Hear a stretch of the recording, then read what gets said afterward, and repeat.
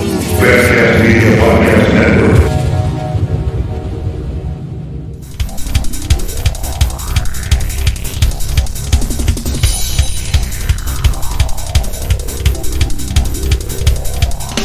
You're listening to From the Dungeon Podcast with Dee Rotten.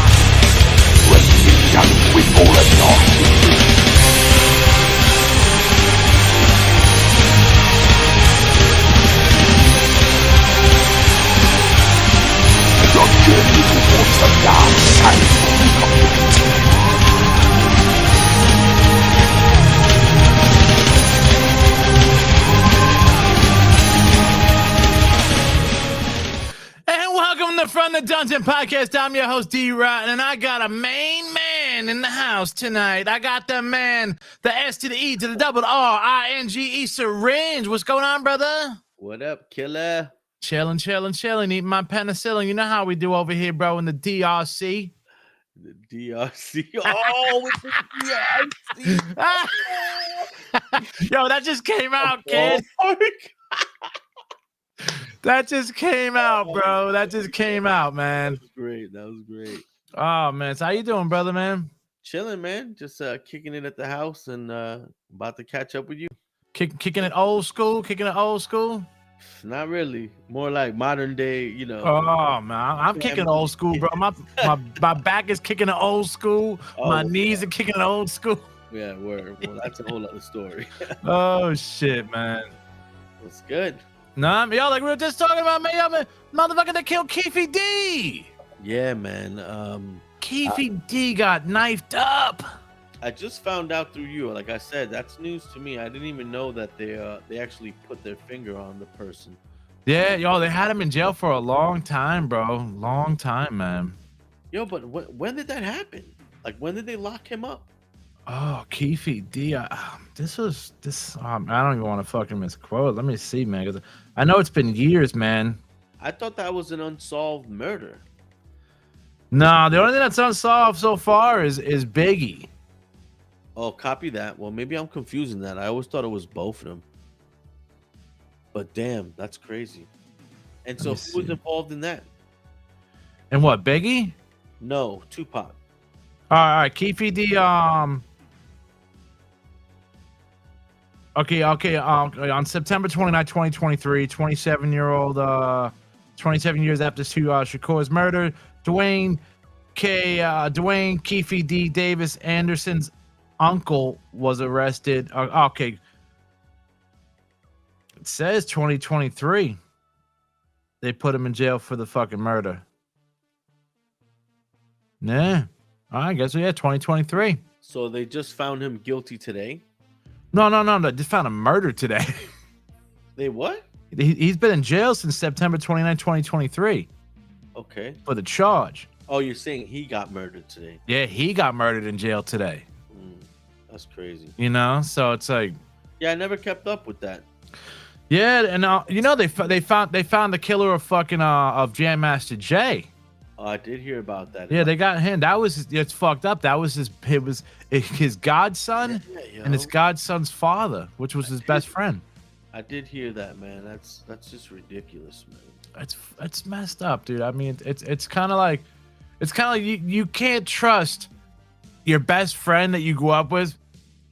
Who the fuck you gonna? And it was over coke, because I guess he wasn't cut in properly. Because I guess they were saying Jam Master Jay was dealing coke on the side to you know, because the money wasn't coming in that much from the records sales and shit. Yeah, that's terrible. So I mean, yeah, he. You know, it's one of those situations. You get involved in that world, you know, there's no telling what might happen to you. Yeah. That's you know that, and they're still looking for the Biggie Smalls killer, man. But you got Puff Daddy's manager out there, bro. Well, no, not manager. Puff Daddy's our former security guard out there saying on all the interviews that he's like, you know, he's like, I read the Biggie contract. Biggie was about to leave. Yeah. Puffy was getting like 100% of all his shit. I did hear some of that stuff for sure. So that guy's been popping shit for a while about other shit too, you know. And nobody's stopping him, bro. So it's like, yo, he must be telling the truth, bro. If nobody's fucking stopping him. Well, that's actually something that my wife and I always talk about. Like if you're accusing someone of doing something really fucked up Yeah. and you weren't, and this person's gaining like, media coverage, Instagram accounts blowing up, I'd be like, yo, fuck that person. I'm gonna sue the shit out of that person, right? First day. Like, fuck that. What do you mean I'm doing that? Fuck, no, I'm not. Fuck you. I'm taking you to court. But they don't do that. Yeah. They just quietly keep it moving and distract you with some shit. I mean, Yeah, it's crazy times. look at everybody's favorite Jay-Z. I don't know, bro. He's got that chick, bro, coming at him left and right, bro. Fucking, and then I can't remember her name right now, bro. But I know who you're talking about. and they said she was on his Unplugged. She was one of the singers. Oh, your mic went off, bro. Did it really? Oh, there you go. Okay, there you go. For some reason, I couldn't hear you for a second. Hold up. Let me just turn this up just a little bit. Does that help? Yeah, no, you good. It just went off for a second. Strange. Good. But Yeah, no, and you see how he's not coming after her at all. you talking about Jaguar? Yeah, Jaguar, right? Yeah. I have seen some of the stuff she be spewing. It's crazy. Yo, But nobody fucks with her. That she. Matter of fact, doesn't she also say that? yeah, Like if I'm lying, then come get me type shit. exactly, all the time. I mean, it's kind of like I feel like social media and stuff, man, just makes people just get dumb. Like your basic instincts just shut the fuck off. You know what I'm saying? And you go with whatever you're looking at. It's like someone's just constantly planting these seeds in your head. Yeah, AI shit, all sorts of stuff, and people just consume all of that shit all day, every day. And actually, some people allow the stuff to sway their opinions. Yeah. Sway them in general. You know what I mean? That's why a lot of times, I'll just come out and say it, man. When I was a younger guy, especially when, we were writing rhymes and stuff, we were, researching a lot of like. I had to, in my mind when you said writing rhymes, I thought of that guy. Oh God, fucking Nardwar. And you are the rhyme saying. Nardwar is the man, though, yo. Do. They need a better interviewer, yo, for sure. Man, that dude's a beast. But you know what I'm saying? It's just like, fuck, I lost my train of thought. What were you just saying? Social media is turning people's minds into mush. Yeah, basically, man. Swaying them. Oh, what I was saying is like, I tell people, like, if you hear something or see something, like, you should always like cross-reference your shit. Research the stuff before you start popping. But you don't even know the way they change shit on the way they change shit on the internet. You don't even know if you're reading the right shit or not. I mean, yes and no, man. I just feel like there's, like people constantly talk about government issues and stuff like that, and I'm like, a lot of this you gotta love what people. This came out in like 2022. This phrase, I did my research. That was the biggest catchphrase of 2022. I mean, you should definitely educate yourself as much as possible about something, It's like, it's like anything. I think tomorrow I'm gonna play the bass. I'm gonna buy a bass and I'm gonna become a bass player, right? Yeah. And then you put that shit in the corner of your room and you don't do shit with it. Sound like some people we know. I'm saying, and then you pick the motherfucker up and you try to play it and you're humble, right? You don't know shit, right? Yeah. Shit sounds like shit. You don't know how to tune stuff. You're a fucking mess, right? Yeah. So like, if you want to get down to it, right, and you just want to get to the point, what are you gonna do? Fucking probably go on YouTube, go on Google, look stuff up. How do you tune? What do I need to tune? And you just fucking, And then 2 months later, Dave's like, yo, so how's that bass going? And I'm like, yo, check this out. And now I get to pop shit, right? Because I know how to fucking play. I know everything about this motherfucker. Yeah. People in today's world want to talk politics and all this stuff. And they're going by, you know what? I can't stand that motherfucker's hair. I can't stand that guy's always falling asleep. It's like, that's what you're fucking paying attention to? Like, are you fucking dumb? So, it's crazy, man. People just, I don't know. People just stop giving about shit that matters. You know? Dude, I'm telling you right now, bro, and everybody knows it's 100%, bro. Social media killed everything, bro. Killed friendships, killed families. You know what? We're not supposed to know everything. We're not supposed to know what's going on in like that. Yeah, It's just not because we can't. We're not meant to. Well, a lot of people are not mentally capable of fucking standing that kind of barrage of information coming at them, yeah, good or bad. yeah. That's true. That's for sure. I don't know. I just like when we were younger, right? I tell people this in today's world, right? People Yeah. that are dabbling in music. It's not a beer. It's not a beer, folks. It's not a beer. Well, people that are dabbling in music, for example, when we were kids, Yeah. or younger, I should say, playing music, right? What did we do to actually try to get signed? Shit. Yeah. Shit. And more importantly, in all fairness, we didn't have a blueprint. We didn't have. If you didn't know someone else that was on and found a way of communicating or who you should be reaching out to, how to go about doing that, it was almost impossible to be discovered. The only way you can be discovered is by playing music and word of mouth and, doing local shows, getting down with your people and shit like that. Yeah. But even that can only get you so far. In today's world, no bullshit, yo. I have a laptop in front of me, an interface, a microphone, headphones, couple instruments. You got pro studios in your fucking house. That's what I'm saying. I have a full fucking studio just literally everywhere I go. I could close this motherfucker, go to fucking Toledo and say I'm going to make a beat out here. Straight up. And then the crazy, it gets even better. Then I could take the song, I can mix it and master it, and then I can upload it to the internet and everyone in the world will have access to it.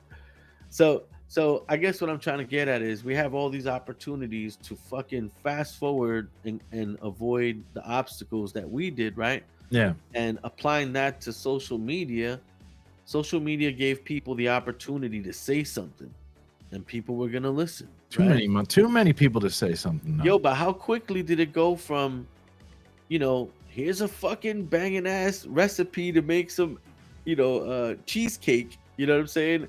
And then you had people showing you about art and, photography and all this stuff. And then it became girls showing the ass. Dead ass. Say, yo, check it out. I'm going to shake my ass out here, right? Which led to other platforms like OnlyFans and all this crazy shit, right? Yeah. But my point is, let's just take that one little piece, and a woman is given a voice and she's like, how do I get more followers? I'm pretty hot. Let me show my ass, right? Dudes. Yeah, how many dudes on fucking Instagram are literally walking in the hood talking about, yo, what's up, kid? Yo, what's up? Yo, you know where you at, son? Hey, yo, straight up. Like, yo, that's what you're doing with the opportunity to say something. You know what I'm saying? I just don't get it. It really blows my mind how much garbage there's out there, yo, for you to consume for hours, yo. And you can spend fucking a whole year. You just run. I watched this Spanish guy walks up to people, goes, "What's up, baby boy?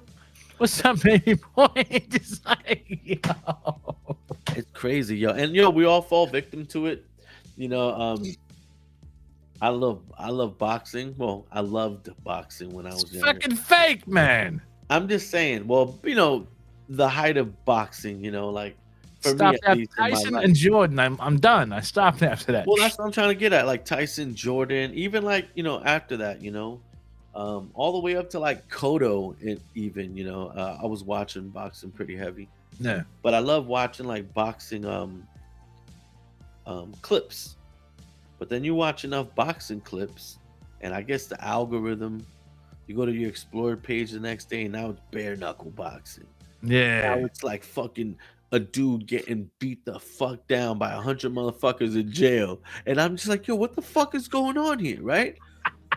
So, Instagram can really fuck you up, yo. Because now you're just like, yo, hold up. Damn, my man just got knocked the fuck fucked up. And then the next clip is some dude pulling out a knife or some shit, or a cop Just electrocutes worse. the motherfucker. And I'm just like, yo, hold up. I just wanted to watch boxing clips. You know what I'm saying? So, there's that. It's like there's The algorithm's a motherfucker, bro. I'm telling you. Yo, that's what I'm talking about. Swaying you. You know what I'm saying? I wouldn't necessarily be like, yo, let me go look at some dude getting jumped by 10 motherfuckers, right? That wouldn't be. But because you might take interest in boxing, which is fighting, all of a sudden, I guess the algorithm or whatever starts putting all this stuff for you to see. And then But you notice go on though, your it's not even exploring it now. Now you just talk, and That's you go on fact. your phone, and it's like, yo, what the fuck? I was just talking about this. Yo, I'm just gonna say it right now. Any asshole that thinks that something with the internet attached to it and a microphone and a camera can't be, used, to spy on your ass. Yeah.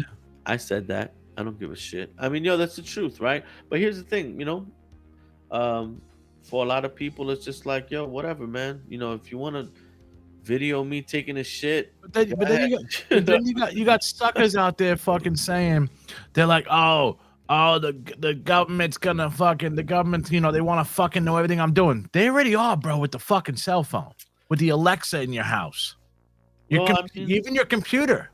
Yeah, and I mean, literally, they have shit on your phone where it's just like, find my iPhone, find my laptop.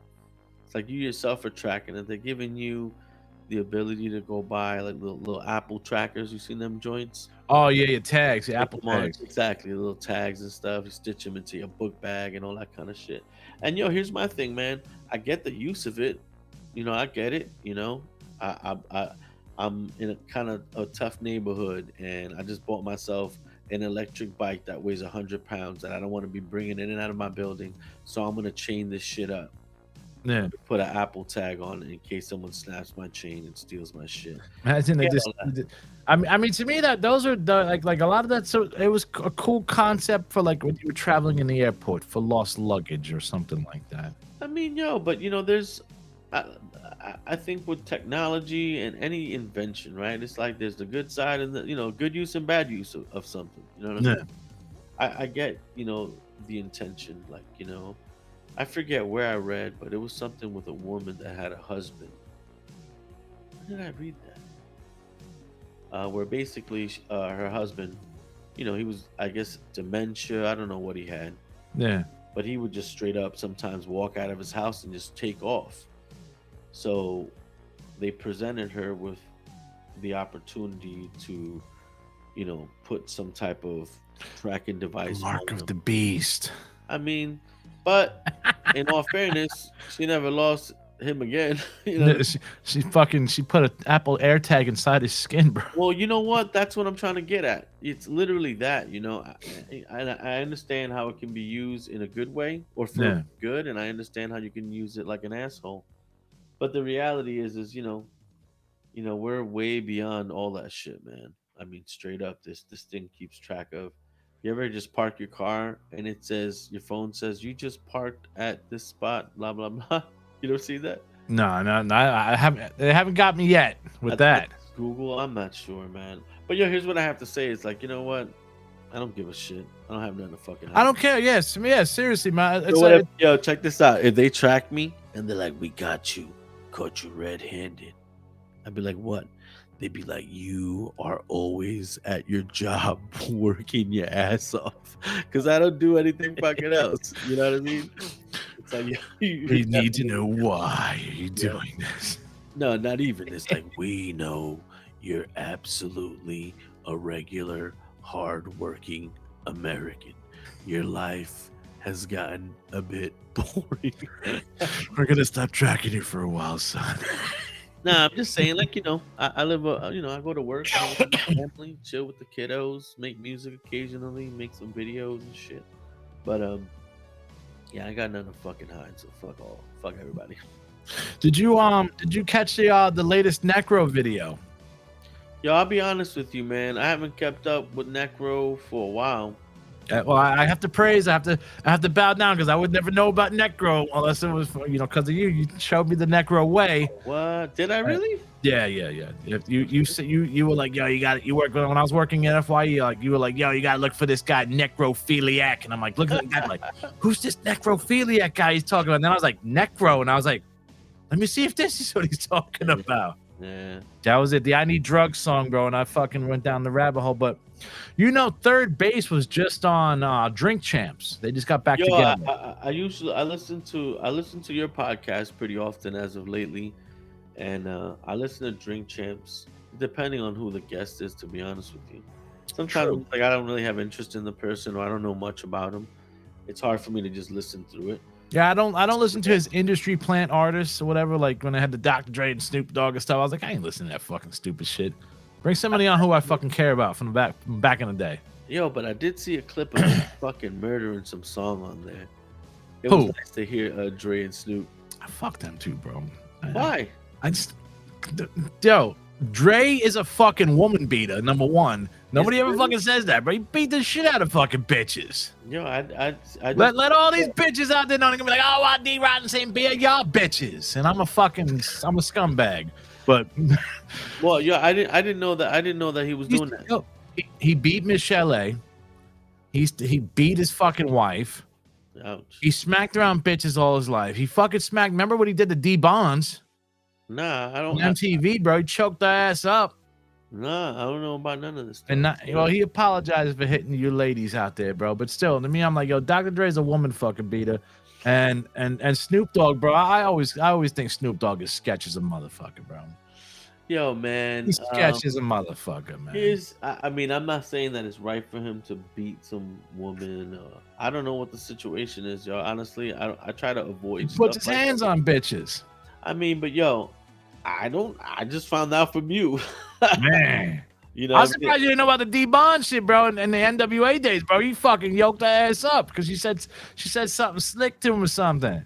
Nah, I'm not. You yoked her. That's why Eminem in that fucking song. Remember what you did with D Bonds? I remember that line for sure. I guess. All right, boom, there you go. But I mean, hey man, I guess people stop me. Dr. Dre, Snoop Dogg, but I'm fuck them, bro. They're industry plants, bro. I don't know, man. I feel like, yeah, it sucks when you find out something terrible about it. It is true. His name is right. Yeah, he's not even a real doctor. Not even a real doctor, bro. But what I was trying to say is, it sucks when you find out something personal about an artist when you do. You can't discredit. Music's great, music-wise, right? Music's great. I just don't care for you to talk. Yeah, well, and that's the thing, man. That's again the media, man. It's like you don't know what the situations are. I'm not saying it again; it's right. Yeah. I just feel like it ruins. I don't know. It obviously taints, that artist. Yeah. In a way that you're like, yo, man, fuck Dr. Dre. You know what I mean? But they still murdered it. Just removing all of that and just listening. Yeah. I saw this clip of them it was a dope ass Dre beat and they were fucking murdering. Yeah, Dre comes out and goes, yeah, and then Snoop Dogg, this is a Snoop Dogg number D on, they do their thing, yo. They got their that's thing. What it is though, man. Those guys come from like a time where like everyone had their own thing going on. You know what I mean? So everybody had their own flavor of fucking sprinkles on the ice cream. Yeah, so I can't discredit those guys, man. It sucks that he's beating women. Don't do that shit again, Dr. Dre. If you're listening, Snoop Dogg, Snoop don't beat bitches. He just beats blunts. Oh man. But like I was saying, fucking Third Base just got back together and they're on Drink Champs and shit, bro. And Necro just dropped a video today talking about the episode and stuff because Necro's been dropping a lot of videos about the history of the boom bap and this and that because he's like, I was hoping he was gonna announce a podcast, Joe.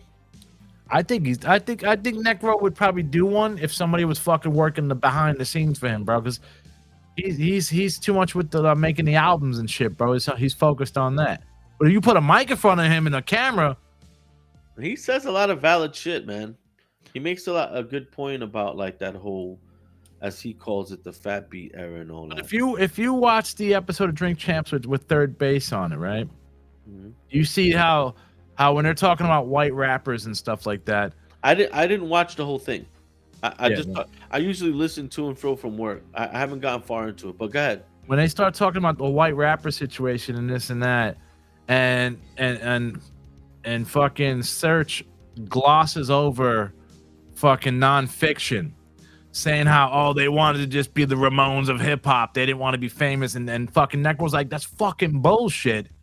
You didn't even fucking say how when they got their deal with Geffen, How did nonfiction come up? because they were just talking about white rappers in general. Oh, copy that. Yeah. And then fucking Necro's like, yo, that's some straight bullshit. He's like, they wanted to be the Ramones of hip hop. He's like, nah, motherfucker, why don't you say when they got the deal with Geffen, you fucked them over and robbed them of their money and fucked them over and stuff like that. I mean, I don't know these people personally like that, and like, but I've heard a lot of negative stuff about MC Search. Yeah. I mean, but again, it's all business, and so I don't like to speak on shit like that. And they all have their history, in terms. So he's got a fucking he's got a fucking grimy history though, man. Who, Search? Yeah. And then that's a Necro's like, that's why your fucking band probably never fucking worked out, because you keep talking over my man P Nice too. If you watch the interview, yo, Serge is just like, you could tell it's like, yo, you need to fucking take some Ritalin or something, bro. Let Pete speak a little bit, bro. Because Pete's just like soft spoken, I just feel like he's one of those personalities, man. He's a loud personality. He's a human pogo stick, bro. He's like, he's fucking everywhere, bro. It's like, yo, chill, Serge, chill. Yeah, I mean, it is what it is, man. I can't even that's that. But nonfiction, undeniably, man. He said if it wasn't, he said because the Search, bro, it took them 7 years to get a fucking other record deal because it fucked them over. But on what record? For their first record, nonfiction, it took them 7 years. They were supposed to be on Geffen We're talking about to release The Future Is Now? to release their first album. So they were gonna drop that album. They were gonna drop that on Geffen. I mean, Major. fuck them. You know what I mean? I'm talking about Geffen. Yeah. They ain't deserve that project. You know what I'm saying? Oh no, it wasn't Geffen's fault. Search fucked them over. Search took the fucking the up. You know how they give you that upfront money? Yeah. They said Search took that, gave them a couple grand, and then used the rest of it to buy his fucking house. Wow. Damn. There's a lot of shit that I've heard, but I feel like it didn't keep hip hop heads from loving nonfiction. You know what I mean? I mean, granted, I feel like it sucks, but I feel like those guys, they found their footing. Obviously, they have a crazy fan base, independent. I'm sure they get more out of what they sell. Hopefully, Yeah. I don't really know their politics or whatever, but. Well, like Sir said, they're the Ramones of hip hop. They want to be Why would under. you say the Ramones?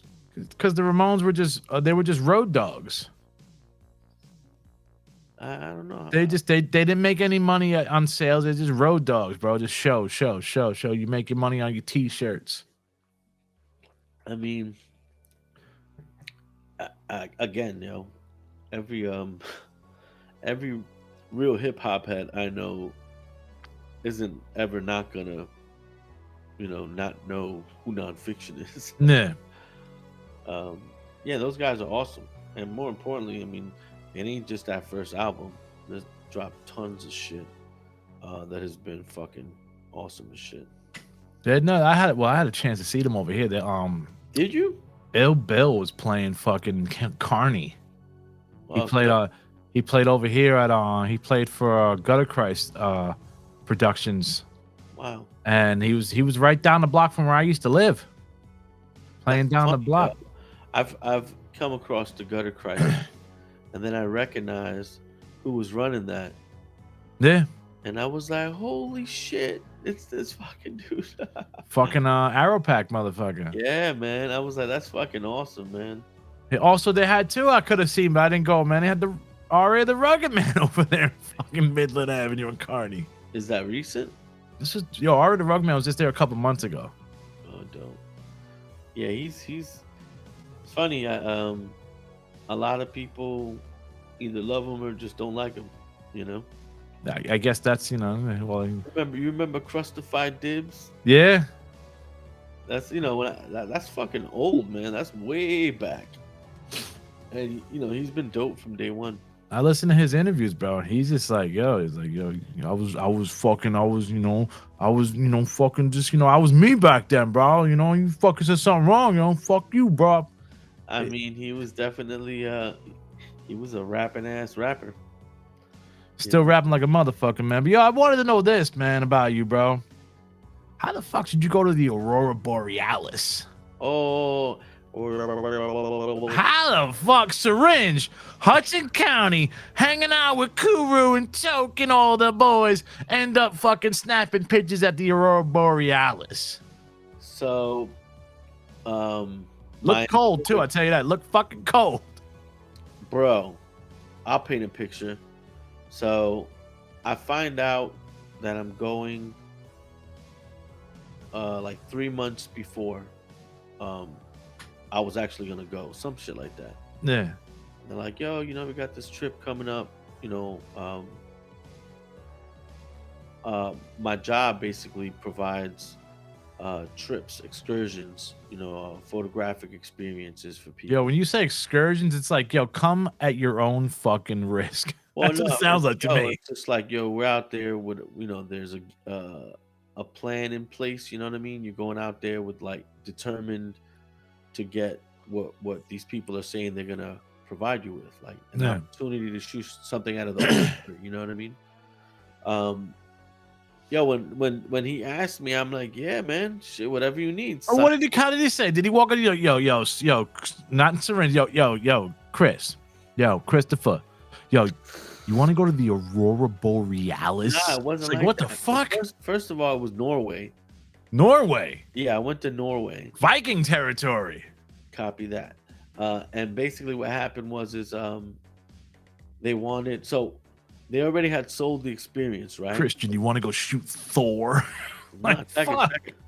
So they basically they had it already pretty much sold out, but they never have had content to promote it. And that's what I do, right? I create content to promote things. So they were like, if we send you, then you can make, we can capture video footage so we can make ads for the future. And I'm like, yeah, sign me up. If that's what we need, then send me. Not realizing you're going over to fucking Norway? Yo, listen, I didn't even, I'm in the middle of shit. My boss is like, yo, come upstairs. There's, this trip to over there. We're going to shoot the Northern Lights and this, that, and the other thing. We're thinking about sending you. It would be a good idea. And I'm like, yeah, cool. Yeah, sign me up. Yeah, cool. Yeah, let's talk about it later. And I walk out, And then it hits me like a few days later. I'm like, hold up. I just signed up to go to fucking Norway. I don't know shit about Norway, right? I just know it's cold. So I do some research and, you start looking into the Northern Lights and shit and how. Like, what are you eating? Like raw polar bears or something and shit, Bro, I go on the trip. I had to buy all sorts of gear. Wait, how long do you got to be on the plane? It wasn't that. I want to say it was like 7.5, 8 hours or something. It's not that bad. Okay, all right. At least the way I remember it. I'm pretty sure it was about 7.5 to 8 hours. That's a long fuck. That's a shift, dog. It's rough for sure. And then on the way, I don't know that we had. I might have had a second flight over there. But yo, check it. So, I bought all sorts of like, shells, which goes over your coat to block the wind, all gaiters and thick ass hats and gloves, mad fucking hand warmers, toe warmers. Like, you're going to Norway, you got to be ready for the shit. And so when we land, I landed in Tromsø, Norway. And over there, the plane lands, you walk out onto the tarmac. Okay. And wait, what? You don't walk into an airport? Well, this particular plane that I took, you walk right out onto the tarmac. I don't know if they have. My experience was walking right out to the tarmac. Damn. But you fly. On the flight over, you're looking down, and all you're seeing is unreal shit, yo. You see some flat Earth theory stuff? Nah, it looks like Star Wars everywhere you look. It looks like another planet, bro. Oh It's like shit. legitimately, it gives you chills. I got video footage from and photos from the plane because the terrain just kept changing. I was like, yo, what the fuck? And then you're literally just flying over. At one point, what you look as if God forbid something should happen over these waters, I'm gonna be fucked. Like You're just in Jaws territory. it's just ice and it's fucking Ice. yo, it's fucking Norway, bro. I don't know. I never been to Thor country, dog. Yo, it's brick, son. Yo, so check it. I get there, I get out of the plane, and because I'm coming from Jersey, and it Wait, was is this where Bjork is from? no, she's from Iceland. Oh, okay. I had like my sweater, I had like a thin jacket, some pants. I'm like, oh, I'll change and get ready when I get to the hotel. Oh, Bro, I get out. They open the fucking door. I just feel, yo, I feel the coldest air ever coming into the plane. I'm like, yo, man, what the? I fucking zip my shit up, put my hood on. Yo, I walk out of this fucking plane and instantly was like, I just instantly started freezing, bro. Like literally your hands, everything just starts to freeze like that. damn. Um, And that's probably what, early in the morning or at nighttime? I got there like midday maybe. It was cold as fuck, yo. It was legitimately Sunlight out still. The sun is even cold. well, yo, it's just like, yo, it's like it's a tough experience, yo. But check it. That's not even the crazy part. We finally go get to the hotel, check in, get our gear ready. And on the first day that you're there, you're going out to shoot lights. So when you get there, they brief you more because you know they send you emails, they have meetings and shit Yeah. that you know how it's gonna all go. Don't follow Krampus. Yo, bro, we fucking get ready, and legit, we get out of the hotel 6 o'clock. The objective is to be at the location at sundown because you know you get activity at night is what you want. Yeah. You gotta be away from lights. Like you can't be around like light pollution. It from, sounds like a vampire flick about to happen. It can't Yo, be lights. bro. But I kid you not, we start driving, and I had all my winter shit on, and you know, it was my first day going out there.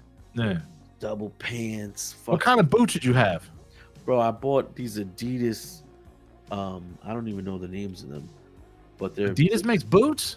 Yo, it's like waterproof, like snow. Oh shit. Yeah, these shits are legit. I mean, you were going to Norway, yo. The way I was seeing is that if I'm cold, I'm not going to be able to shoot, and I'm not going to enjoy myself. So I got to set myself up to be at least to be able to hang. Yeah. But yo, the funny shit is so check it. So we go in this van and we're driving, and over there in Norway, the roads, they don't scrape them down to the concrete. They don't drop salt. They basically flatten it out to like a sheet of ice, because all the trucks out there Yeah. have spikes. Oh So shit. if you tear it down to concrete, then you ruin the spikes. So they leave like a layer of snow and ice on top of all the roads. Yo, but because they got spikes, I got it. I'm telling you, I got it all on video. I'll show you one day.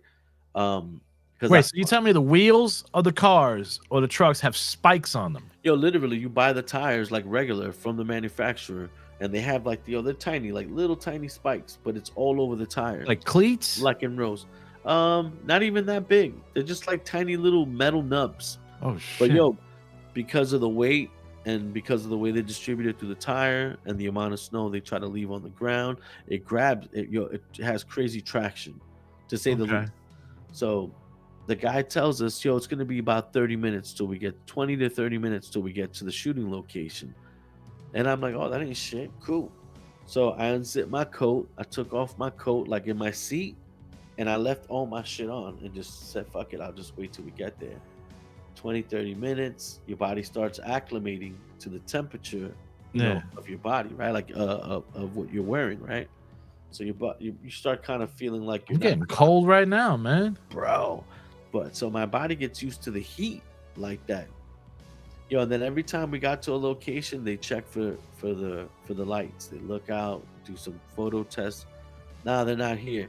And there's a whole network of these dudes. So they'll call the other guy. Hey, listen, we're over here. Where you guys at? Yo, we're over here. Blah blah blah blah blah. You see any lights? Nah. All right, cool, man. Check in with this guy. I think he saw him over here. So now I'm Wait, in Norway. what do you mean? What do you mean? Like, so what are they just popping up in certain locations? No. So, I mean, it's just so many details. So basically, what happens is our photography team, right? Yeah. In this case, it was this guy named Timu and my boy Mike. They're both. One of them is an astrophotographer, and the other one's just a photographer, like instructor at my job. Okay. They're the photographic instructors, right? But then we want to guarantee the people that are going the opportunity to see lights. Yeah. The company that we work with contacts tour guides that know great places to shoot the northern lights and how to find them. You know, because it's tricky. It's a whole process, bro. These You're motherfuckers. trying to find a rainbow? Because yo, to the naked eye, the northern lights don't look that vibrant green and purple, magenta. Yeah. You know, they look like a ghostly cloud from. It's crazy, bro. It's a real spiritual place, yo. I'll tell you that much. It's like nature's literally saying, "I'm more powerful than you." Everywhere you go in Norway, straight up. Um, anyway, but so we meet up with these tour guides. Yeah. That you know, they know how to find the lights. And this one guy, Get the light, Lil Wayne. bro, this one Marius was so determined. By the time we were done, we were about 3 hours away, about to go into Finland. Finland. And he's like, "Yeah, just so you guys know, we're possibly gonna cross over into Finland." And I'm like, "Yo, hold up, what do you mean? I didn't bring my passport." Oh, I'm like, "I'm supposed to be in Norway." He's like, "Nah, they don't really check. Trust me, we're good." don't worry about America. You're right. My American ass is like, "I'm not getting stuck in Finland," you know. Anyway, but before we even get to Finland, one of the other guys is like, "We saw them over here. You should go to this GPS coordinates or whatever." Yeah. And we follow that. True story, bro. First of all, we pull in to like this open field, right? And it's off the side of a road, but it's just a vast open field. And you know, all you can see is where the lights of the tour bus is pointing. Yeah. Everything around you, yo, literally pitch black, yo. But your eyes are fucking with you because it's looking at light, your pupils, you know, all Yeah. that stuff starts to affect the situation. Anyway, so we're in the van and they're like, "All right, guys, this is the location. Everybody grab their gear. We're gonna go outside, set up shop. We're gonna see some lights tonight." I'm like, "Fucking A, let's go." Fucking hype, son. Motherfucking Northern Lights, right? I'm ready for it. Look at my gear, son. Got all this fucking look like a fucking teddy bear out there. No, please tell me you were doing that. Like, Yo, I'm saying I got all this fucking crazy ass dope gear on, like ready for the snow. I was just like, yo, I'm built for this right now. But again, I was in the van for 3 hours. the door didn't even open yet. With all the heat from all that gear, I should have took it off so my body can adjust to the colder weather. Bro, I kid you not. I fucking get out of that fucking the tour bus and Yeah. everyone starts setting up their tripods right away. That's the first thing you got to do. And I kid you not, I put my tripod down and in 2 seconds I was like this. I was like, yo, I could not stop shaking, bro. I'm literally like, yo, what the because I was so hot, my sweat inside my body instantly just got cold. And I started feeling like I was about to have some old hypothermic shit happen to me. So I tell the guy, Marius, Yeah. he's like, "Oh, that's not good, man. Go in the van and put warmers in your pockets. Your temperature's too high. You got to keep it high now." Yeah. Like, what? So I go and I put them in my coats, in my gloves, in my pockets. Like wherever I had a pocket, I pretty much put one just to kind of keep my temperature higher now. But yo, the crazy shit is the northern lights is they look like wispy gray ghostly clouds and they almost come out of nowhere. So the whole time, if you can imagine, right? Like yo, I felt like, I kid you not, like I was I was like in a Star Wars episode. Like it's unrecognizable land, like in the most vast way, yo. You went to Hoth, bro. Bro, it's so ill, man. I on some real shit, it was such a spiritual situation over there. It was multiple times I would just walk away in the middle of nowhere and just start crying, just start tearing up. Yo, honestly, yo, and I'm gonna tell you why. I almost wish you were there. I wish all my homies were there, yo. I wish Shit. my whole family was there. Everybody could see that how crazy, incredible that shit is. Crazy, man. It's it was another thing is that the Northern Lights can be so big. Did Yeah. I ever show you the video? I only think I saw your pictures that you Oh put up. man, no, you got. I'll send you the video link so you can actually watch the footage of it. I did these time lapses of of the actual lights. Yeah. Doing, So it's just not a constant, just there. It's just like pops up, goes away, pops up, goes away. Well, like again, to the naked eye, when you look at them, you could tell they're different than a cloud. Yeah. But if you're not educated in the way we were before we went, you would probably think it was a cloud and you'd miss it. Yo, true story. It's maybe our last day or second to last day in Tromso before we went to this place called the Lofoten Islands. And we're there on the side of a road, and it was a real sketchy spot because it was really icy, and we were next to a bridge, and homeboy just had us pull the two tour buses like on the side of the road. Like But like just- like the nature's hood.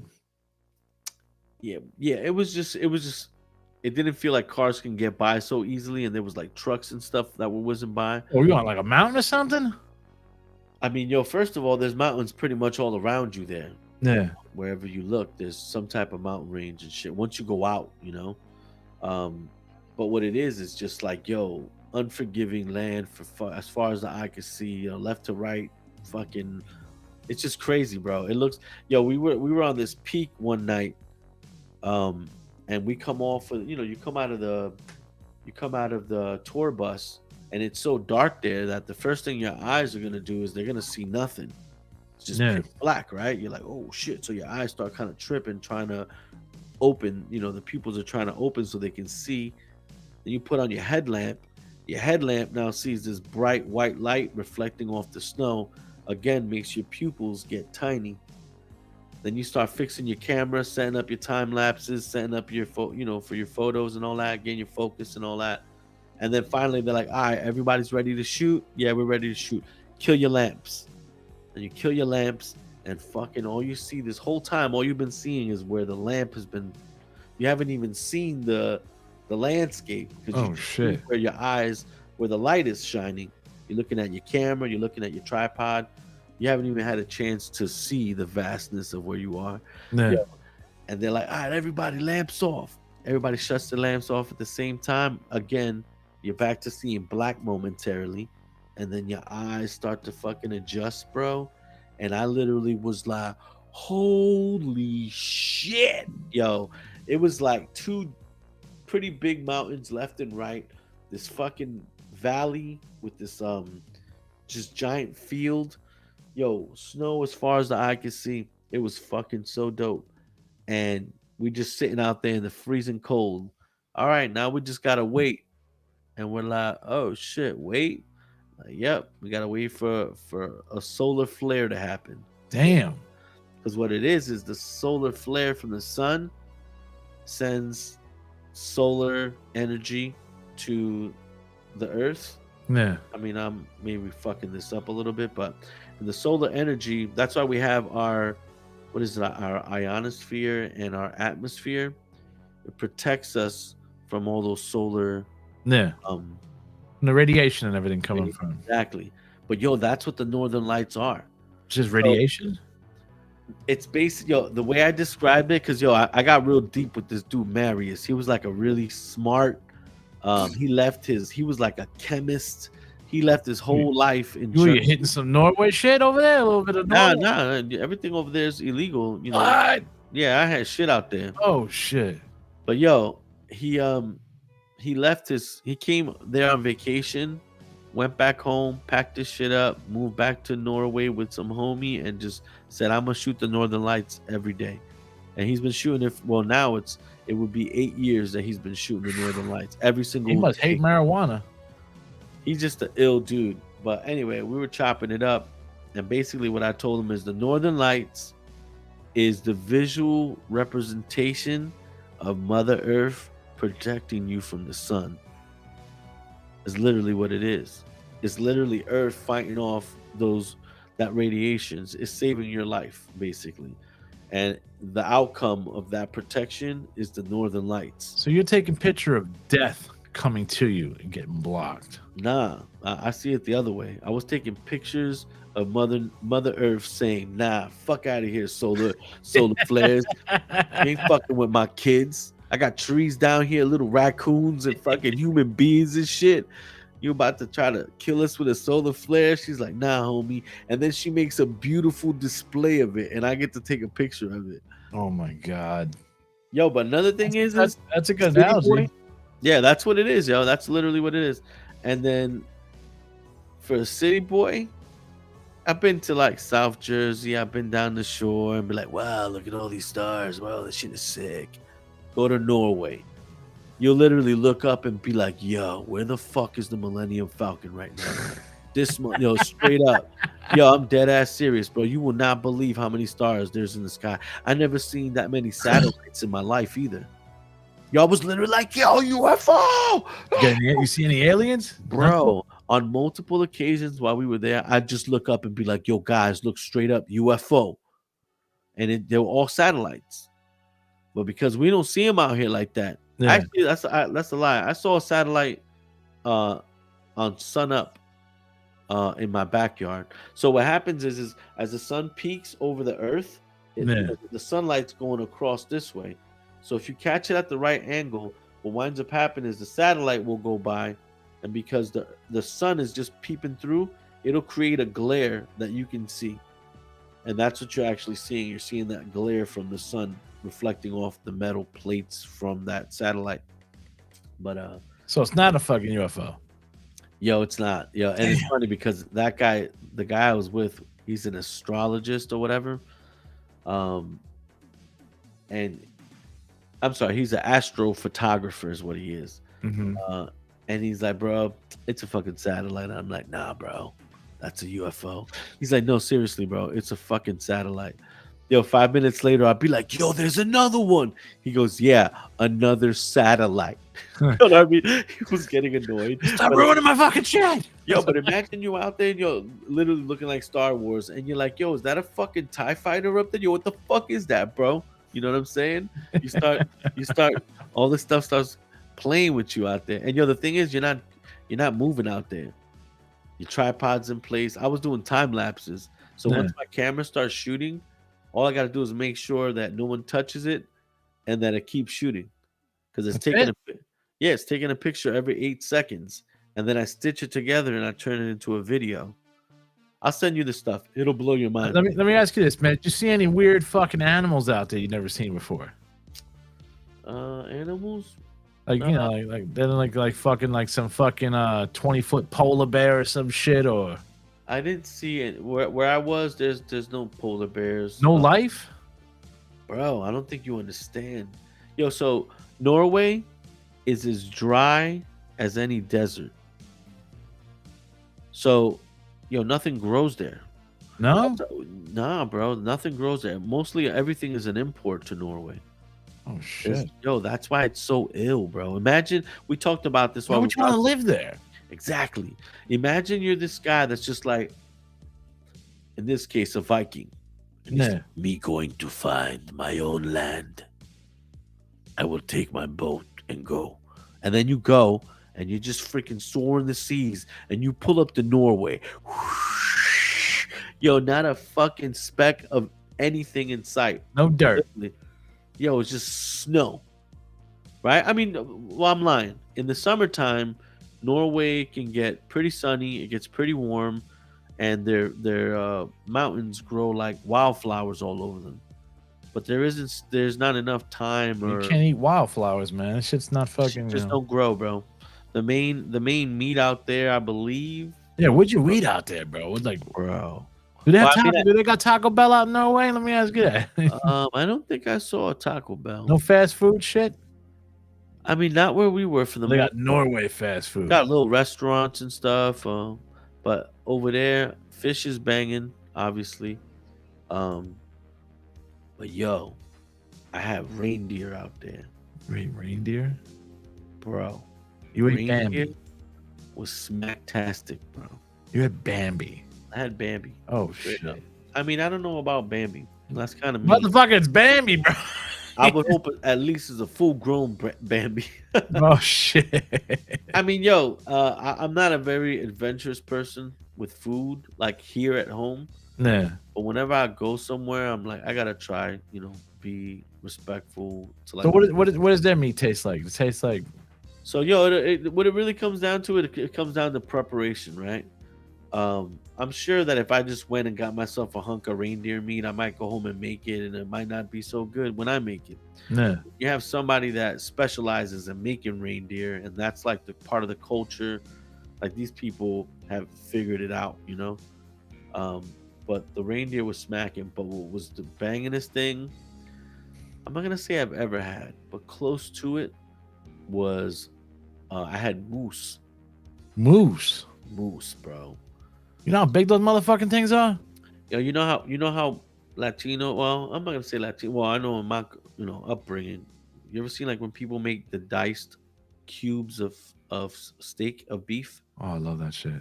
and then sometimes they'll put in there with like potatoes and stuff. They'll make Yeah. like Yeah. a pot of it. You put it on rice. You put on whatever you want. Um, that's what it kind of looked like. But it was a pretty. Not gonna front. It was like part of our trip, so it was probably one of the more fancier restaurants we went to out Now, there.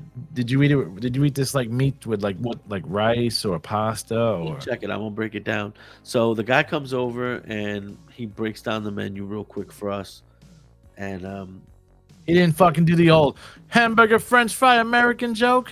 nah, he didn't. But he did. He was quick to just basically point out the majority of what they thought maybe we'd be interested: chicken, so on and so forth, Yeah.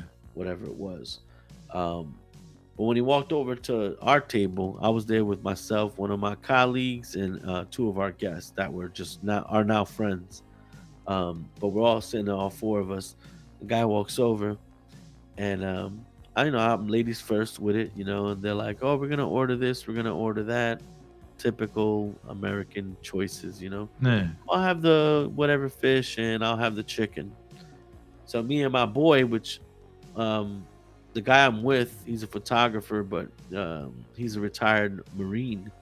So Oh, he's so very, he's eating crazier shit than anything. he's just a very adventurous person. He's like probably one of the nicest, coolest people I ever met. He's an older man. He's 60 something years old. He looks like he's fucking 45. He's just jacked and just like He's seen the bush. He was in the bush. He is the bush. he's just the real deal. But the waiter comes over. He's like, "Oh, what are you guys gonna have?" And we're like, "Well, what are the locals having?" And he's like, "Oh yeah," and we're like, "Yeah, what are the locals having?" So he's like, "Well, if you want to eat like the locals, and if you were in my shoes, or if you were me, I would go with the moose." Moose. So I'm like, "All right, moose it is." I look over to my boy Mike. Mike's like, "I guess we're having moose." Then the girls that just ordered, they're now like, I think we'd like to try the moose too. So we're Count like, me yeah, down. everybody ordered the moose, right? So we're all laughing about it. And then he was like, "Well, what type of wine would you like?"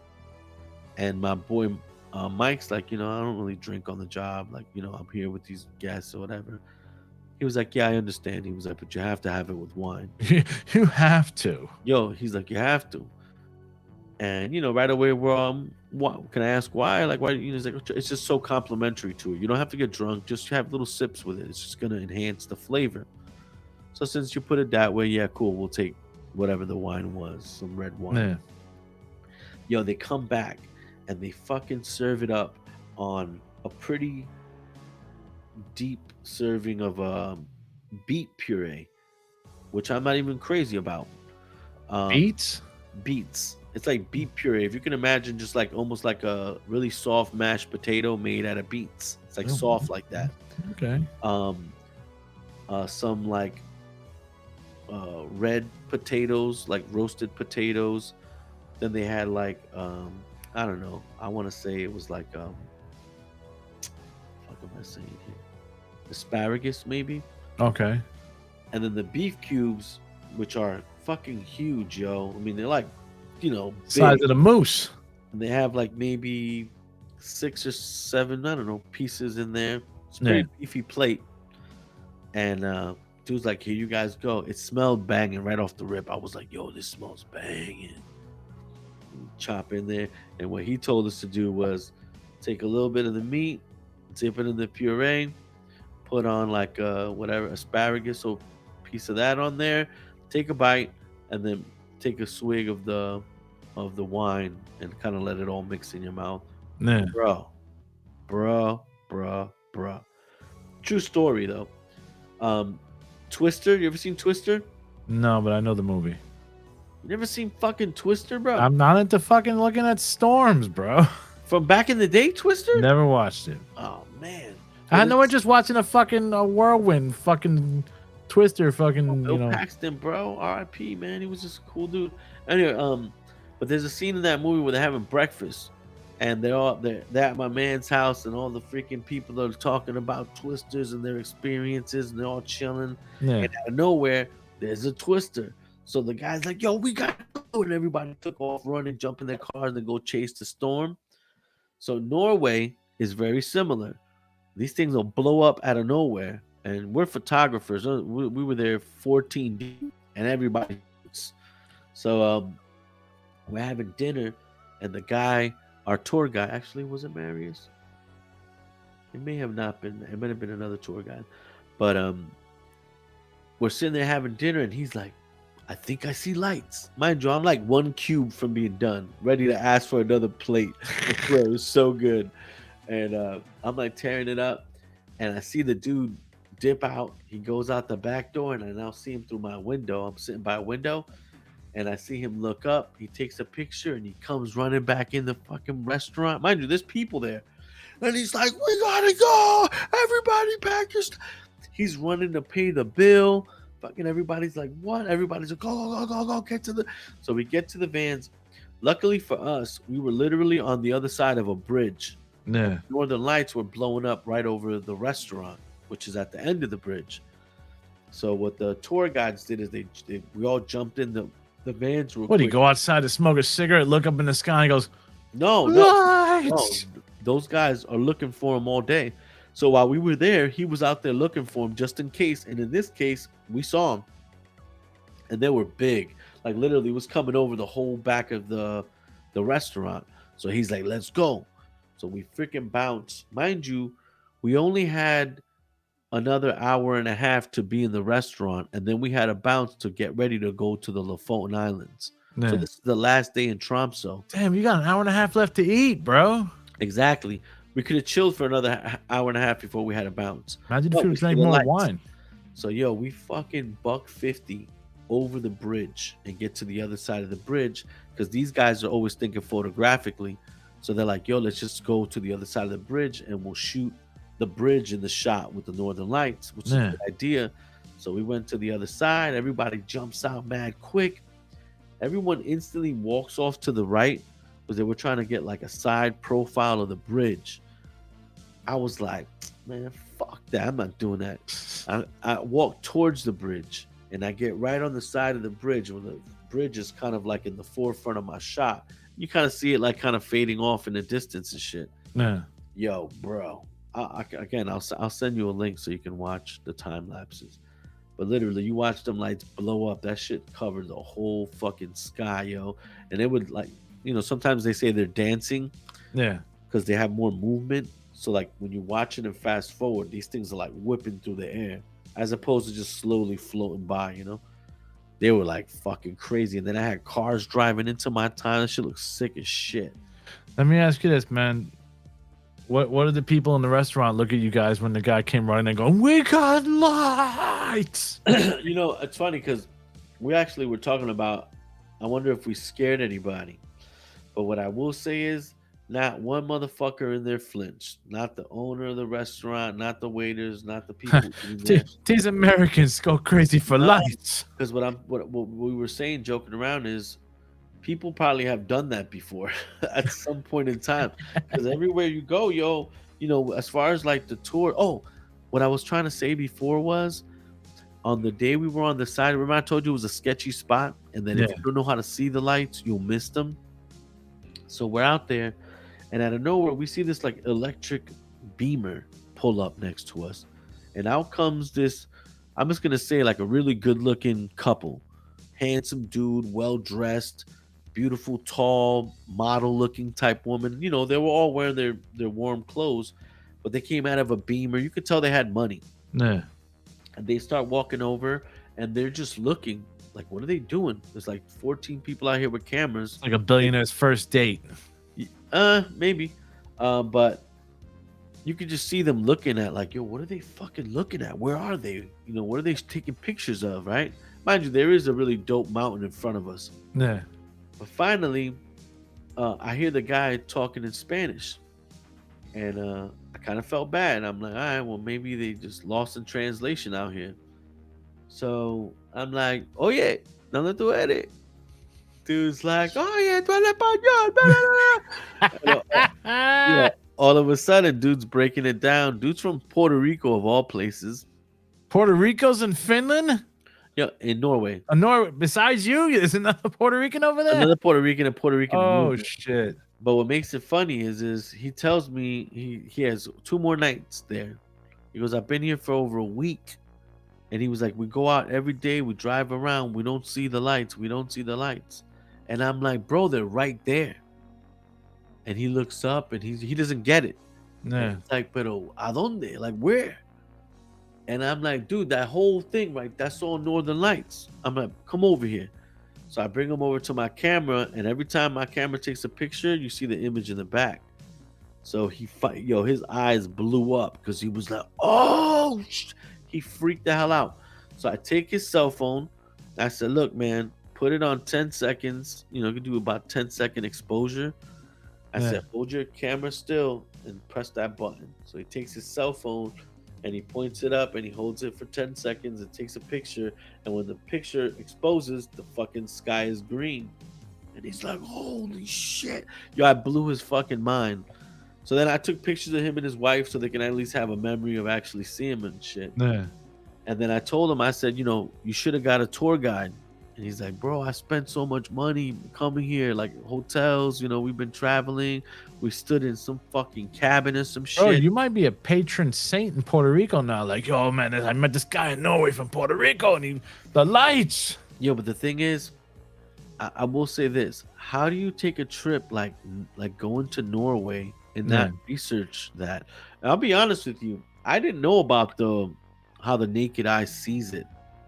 Because, you know, there was one night that we went out there and you could kind of see like a slight tint of green in there in the cloud itself. Like with the naked eye, you could almost like kind of see it. Yeah. But yo, when you take a picture, bro, I'm telling you, it blows your fucking mind. What's getting me though is that it's like I would love to know that guy's mind frame, because it's like, yo, you can just go to Norway with your chick. I mean, they for had a week, and you're just like, eh. No, they had money. They certainly. That's what I'm saying, bro. So it's like his mind was just probably like, you know, like he pulled up in like an electric beamer. I mean, she clearly had money. Their getup wasn't. You could just tell was expensive. Like I'm picturing like I'm picturing like a polar bear fucking jacket on. Well, yeah, he put the hoodie on. He got the bear's head on the top. Well, no, not like that. I mean, homegirl literally had like a bubble coat with a big old fur.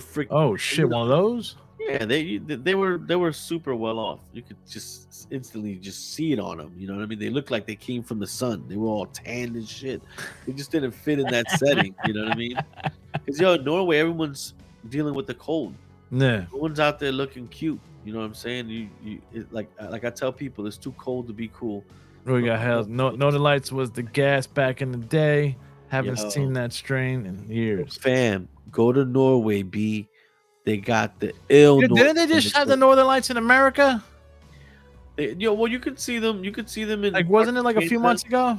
It was pretty epic, yo. I was mad I missed it, yo, because it was so powerful. It was like more like the magenta. It wasn't the green. Okay. But it was so powerful that people actually had pictures of New York with it in the background, which seems almost impossible. But it's definitely pretty intense shit. So after you got the pit, did you do any I don't even know why I really says. Did you do any little nightlife stuff? Anything like out there? Any No, I'll be honest, yo. So everything was just work? but if you want to call, I mean, it wasn't really work, man. It was like I was trying to experience as much of the Ah, film. he got us, man. He just Part said of that was a weed joke. No, I totally got it. I was trying to make a joke back saying Norway has the best northern lights. But trust me, I done on plenty of northern lights in my life. Not with the Northern Lights though. I mean, that would have been epic for sure. But yeah, she was Oh, he got the lights in New see, there you York. go. There you go. Who's that? How do you know who you're talking to? That's Hells, man. He's I met him Oh, on that's his name. All right. another podcast called the Break Room Podcast. Yo, word. That's awesome. So you got from literally the last time that we were just talking about, right? Where there was like more of a magenta in the sky. He'll come back to you. I know. Right. But yeah, shit was just fire, bro. It was a dope experience. And yo, not for nothing, even being out there during the day. What do they do over there for fun? They just drink? I guess I wouldn't really know, to be honest with you. Like it sounds like they just drink wine or something. Like, did they have any customized beers for their country or? I'll say that I think people over there were very serious people, very friendly but very serious. Like not very humorous people. I'm a pretty easygoing, like lighthearted type of person. I try to, hey, good morning, try to be that guy. They're not too receptive. Probably good morning. It's fucking -2. What's so good about this over here? They're like, I fuck you. Go back to America, you fucking fat pig. Like, damn, yo, that's fucked up, yo. You don't love me. Nah, everybody was really nice out there. They're just very serious people. I mean, from the people I interacted with, obviously I was a hotel guest, and they're trying to be just professional and treat you right. Yeah. But for the most part, even people that I met just kicking it, lobby. You didn't bump into that one dude that worked at the hotel goes, pss, pss, pss. Yo, America, nothing. Like, nah, they don't play over there, yo. Damn. They don't play with any of that shit, or the cops will fuck your life up out there for some weed. Yeah, their laws are they're very strict. You ain't going to, they ain't doing titty bars. I think Snoop Dogg went to one of those countries over there, bro, and they were like, they tested his blood for weed. Good. And they were like, you have way too much blunts in your blood. You can't do Norway. When you do caca, blunts come out. You are not allowed in Norway. That's crazy, man. That's real fucking crazy, bro. It's so crazy. It's crazy that I was talking to some like locals. I was actually talking. I like to get in people's heads, like, ask questions. Yeah. They actually have an issue with the beef having too many tourists come to Norway, because for the longest Norway's been like this little getaway hidden gem type thing. Yeah, you gotta be a billionaire to go there. Discovering it, people go out there all the time now. It starts congestion, so on and so forth. But while we're having the same conversation, it's me, a German dude, German, Polish, and a couple other, people, Americans. Yeah. We're sitting chopping it up, and my boy comes out his face and was like, hold on.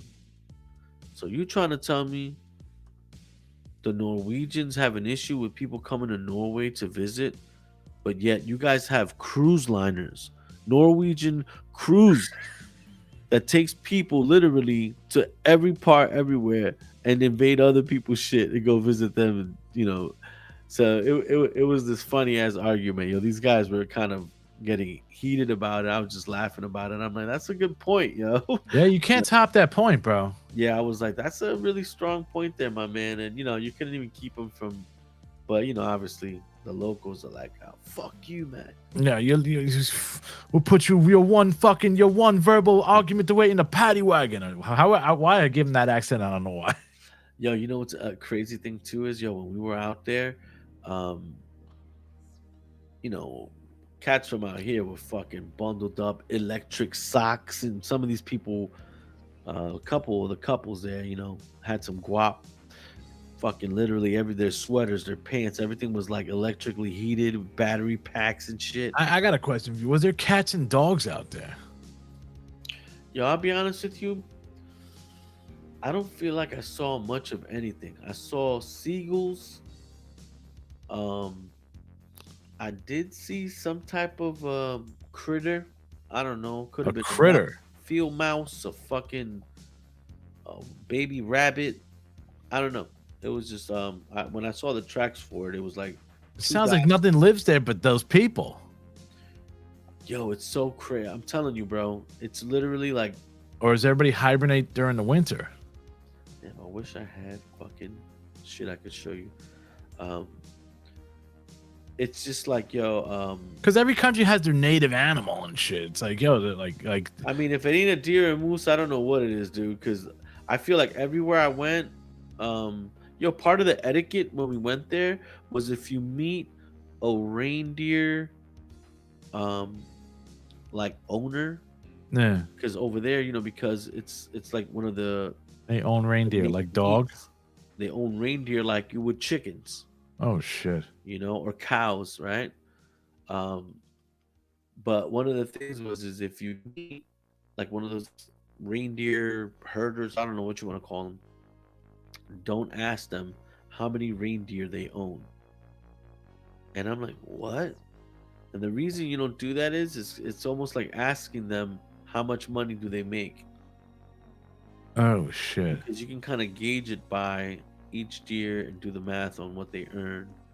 So it's like, improper to ask them questions like that.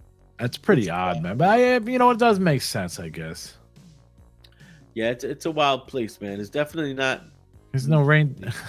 I was gonna say there's not a lot of reindeer games out there, is there? There's Playing around. Yeah, there's trolls, yo. I'm just shocked you didn't see a dog or a cat. Not even in the restaurant, no cat. I don't feel like I saw any animal. That's crazy. Not even on the street. Now that you're saying it, you know what? I might have seen one or two dogs. Now that you say that, Like Anywhere wolves? down- Nah, hell, Maybe a wolf? like a little fucking, just like a doggies. I'm pretty sure of that. It's just a wild ass place, bro. And if you ever get a chance to go, it's just be sick. Look, 150 reindeer balling, hell yeah, for sure. Shit. Now some of these dudes got like thousands of these fucking things. It's just insanity. I mean, it's probably where the reindeer live, and they just put a fucking gate around it and say, "We own you now." Meanwhile, the reindeers is like, yo, we tired of pretending, yo. You don't fucking own us, man. Fuck you. And they fucking break the fence down. Yo, fucking revolution. Oh, yo, reindeer revolution happened. Yo, That's that's make what a movie about that. That's what the moose would do, bro. The moose, they're fucking like what, 15 feet fucking tall. Those shits ain't no joke, bro. When you see a moose in Canada, they say get the fuck out of there, bro. I mean, that's what most like, herbs would say. I'd be like, yo, I'm gonna go take a picture of this fucking moose. I'm not running. Come here, moose. They do got if you have you ever watched those horror movies, Winnie the Pooh, Blood and Honey, like the horror movie version of Winnie the Pooh and stuff like that? Nah, Watch Winnie the Pooh, Blood and Honey. They got two of them. I don't watch horror movies. I gave up. I was gonna say that because they got one for Bambi. Bambi comes back for its revenge. Live action type shit. Yeah, What? live action, bro. It's like an actual movie. It's an actual movie. What is it called? Well, the one that is Winnie the Pooh, Blood and Honey. If once you go to that rabbit hole, you'll see all the other ones. There's one about Peter Pan. Yo, man, fuck it. Nah, I'm good. No, I stopped watching scary movies. A moose will kill you to not walk through deep snow.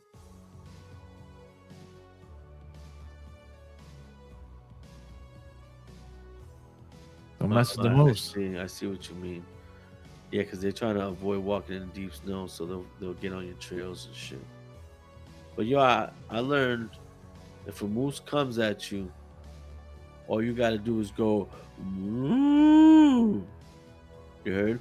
A moo. That's it. Just like that. Moo. And then the moose will respond and be like, "Yo, what up, B?" I'm gonna show you something right here, bro. I know you're probably never gonna watch it, but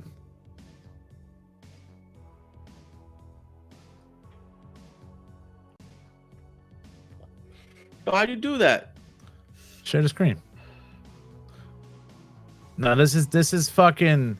It's Winnie the Pooh, Tigger, and Piglet. And what the what the hell? Who made this movie?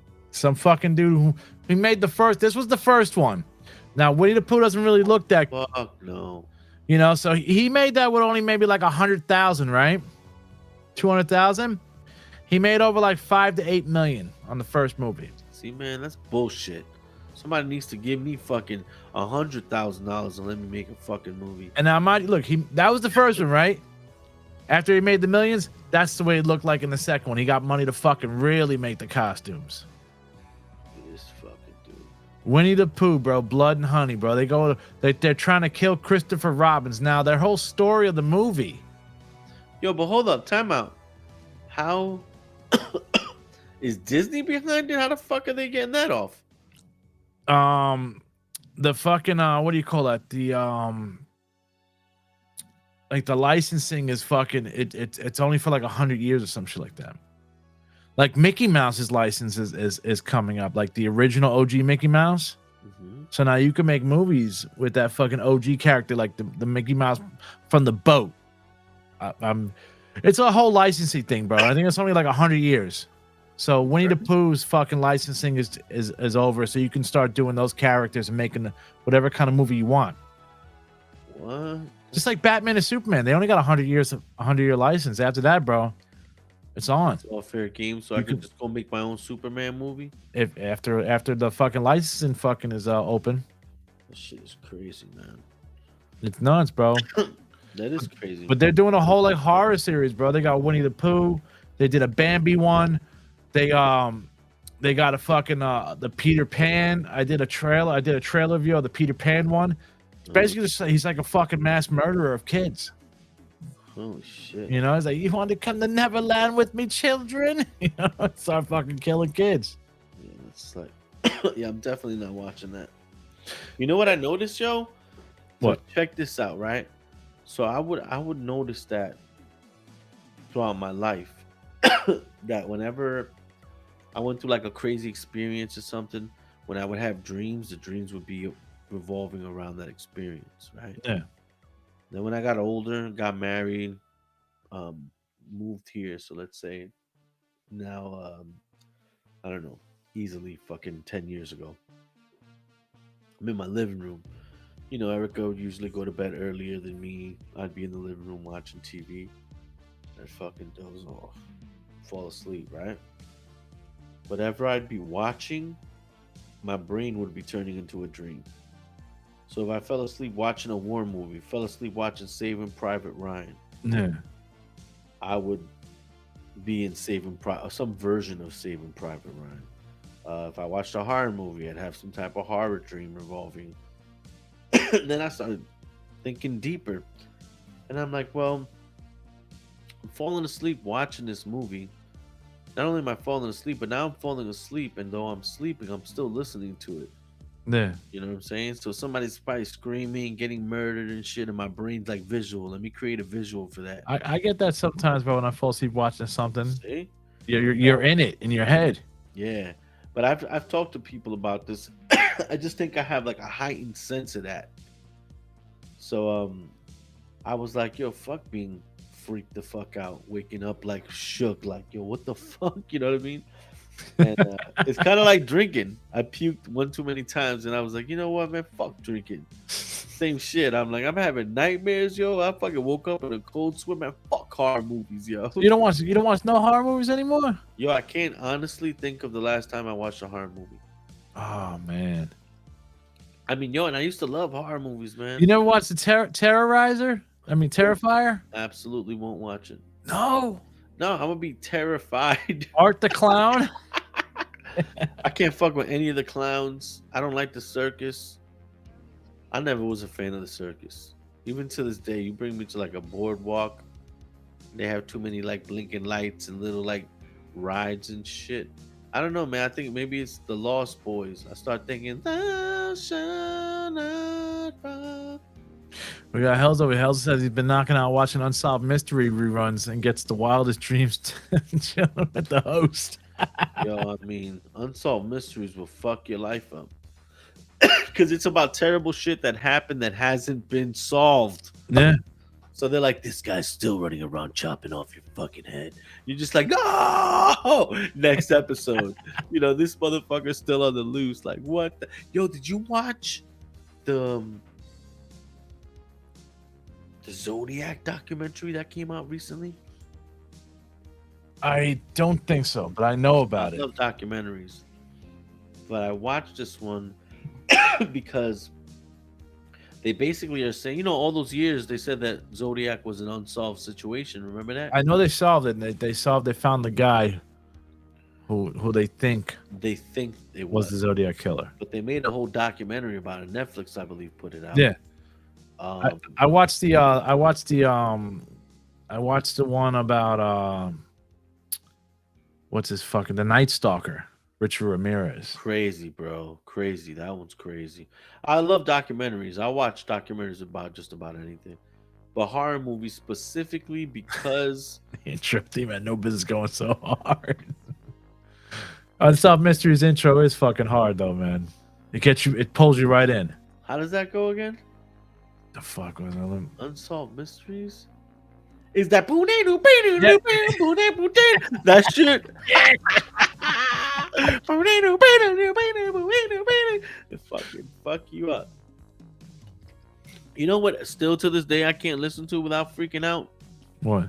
The intro to Tales from the Dark Side. I love that fucking show, dude. I love That's that a great series. show for sure. But that song, man, when I was a kid, if that shit would come on, I'd be like this. I'd plug my ears up and be like, wait till the intro was over and then watch the show. When I hear that intro, all I picture is a fucking 10-inch black and white TV, me sitting next to my brother sharing a room, watching it at like 1 o'clock in the morning. Freaking the fuck out. Oh my god, that was. Oh.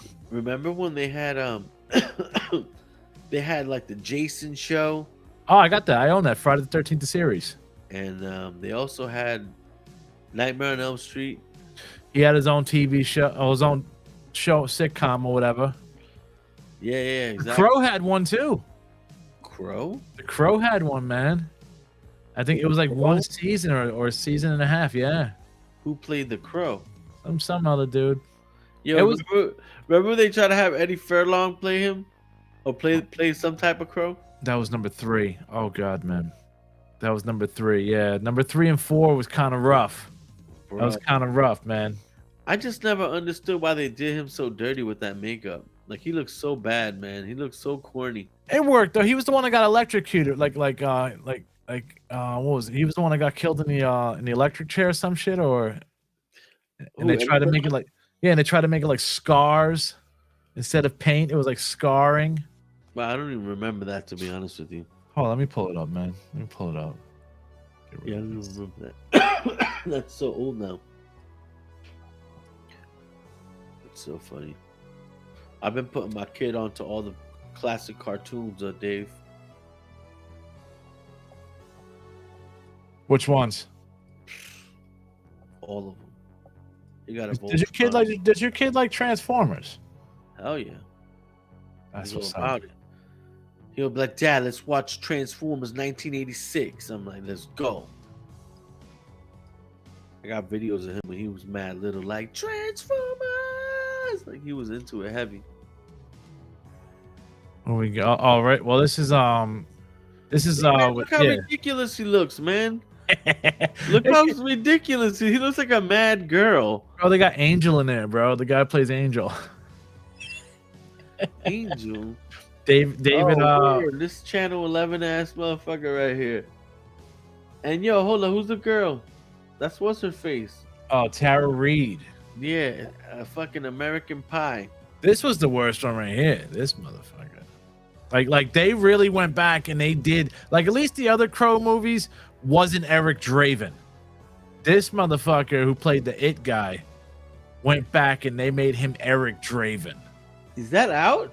That's out, dude. You don't want to watch it, bro, but it's out. I would not watch it. I think it's Should have left it alone, man. They should have just left it alone. look right there. What the fuck? The Look at Crow. the text. It's fucking oh god, man.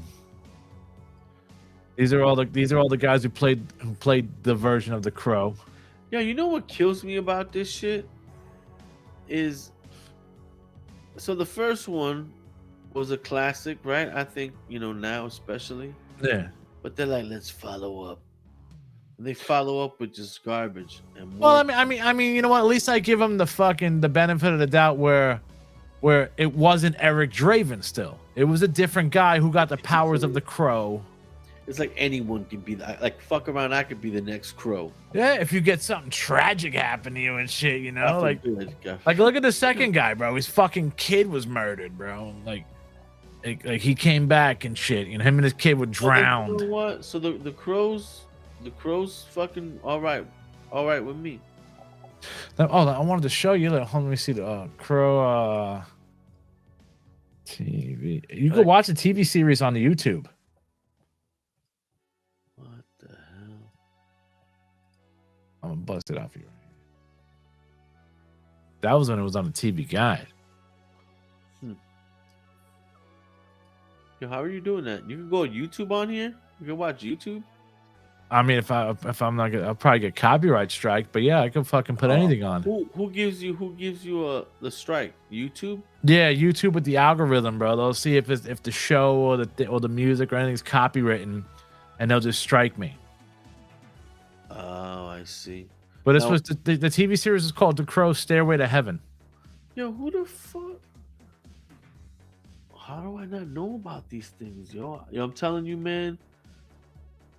We got The Crow to Stairway to Heaven. I didn't miss anything though, right? That's just pretty much doo-doo.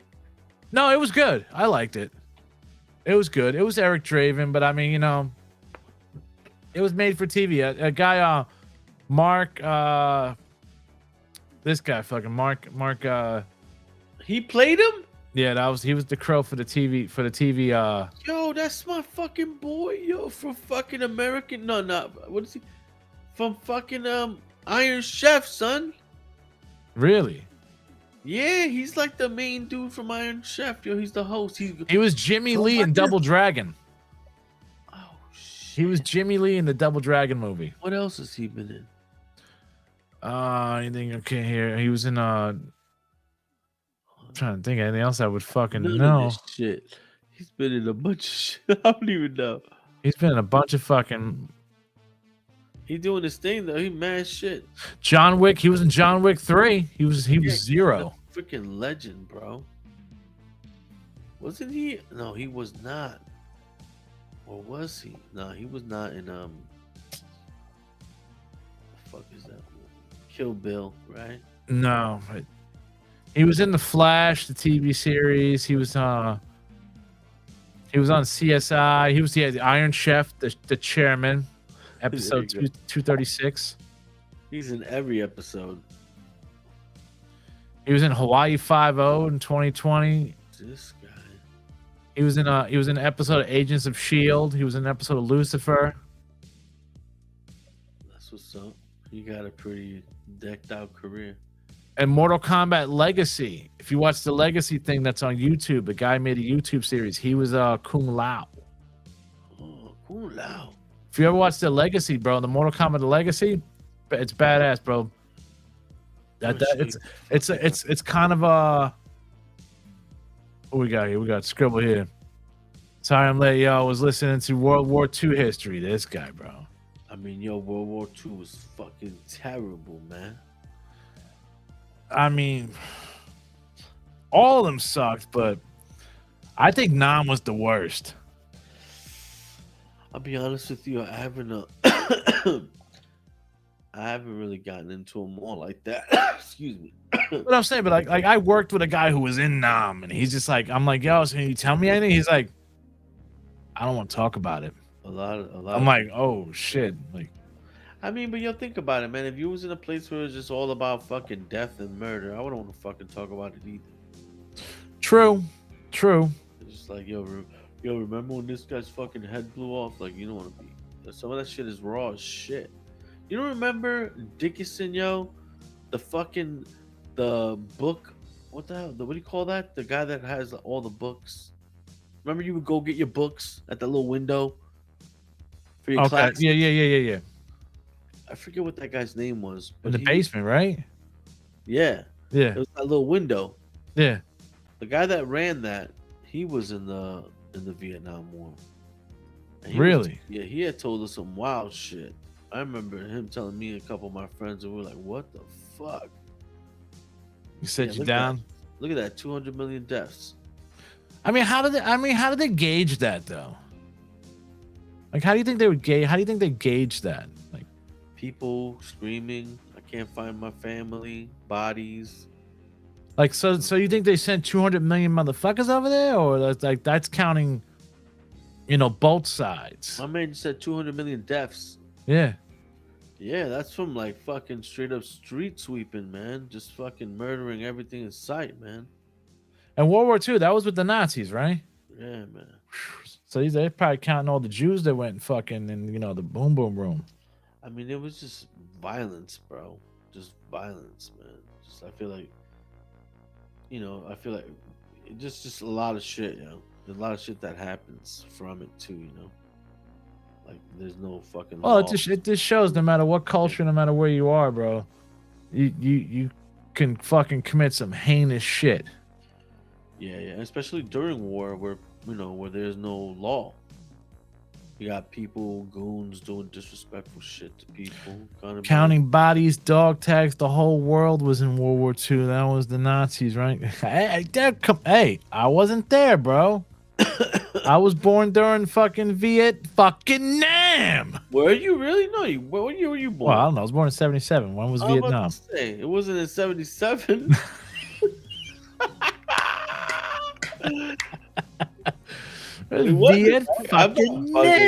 Yo, fucking Google that shit, yo. You can't just say some wild shit like that. And then I'm like, yo, it didn't happen in 77. And watch like the Vietnam War started in 1977. Like, what the fuck? Yeah, let's not fuck ourselves up. November 1st, 1955. Look at that shit. Damn, you I way up. think it's like 1970s. The fucking Vietnam. Man, you said that shit because you watched every military movie was like Vietnam related. You saw Saving Private. Oh, no, Saving Private Ryan is actually World War II. But my lack of knowledge makes it fun. Nah, you know what though? It's like the way I see it is some people store shit. Like you store stuff that like you were just blowing my mind. Like, yo, you ever seen the Crow series? We need motherfuckers like you to remind people that shit exists. Yeah, I know the dumb. No, I'm saying, but you're retaining that information that I'm consuming and I'm enjoying. And then you're like, yo, what's it like to shoot the Northern Lights? And I'm like, yo, let me tell you about that. But then I'm like, yo, Vietnam's in the 70s. Come on. He's like, yo, remember when Hitler made that speech? Be like, no, motherfucker. That didn't happen in my time. Like, what the fuck are you talking about?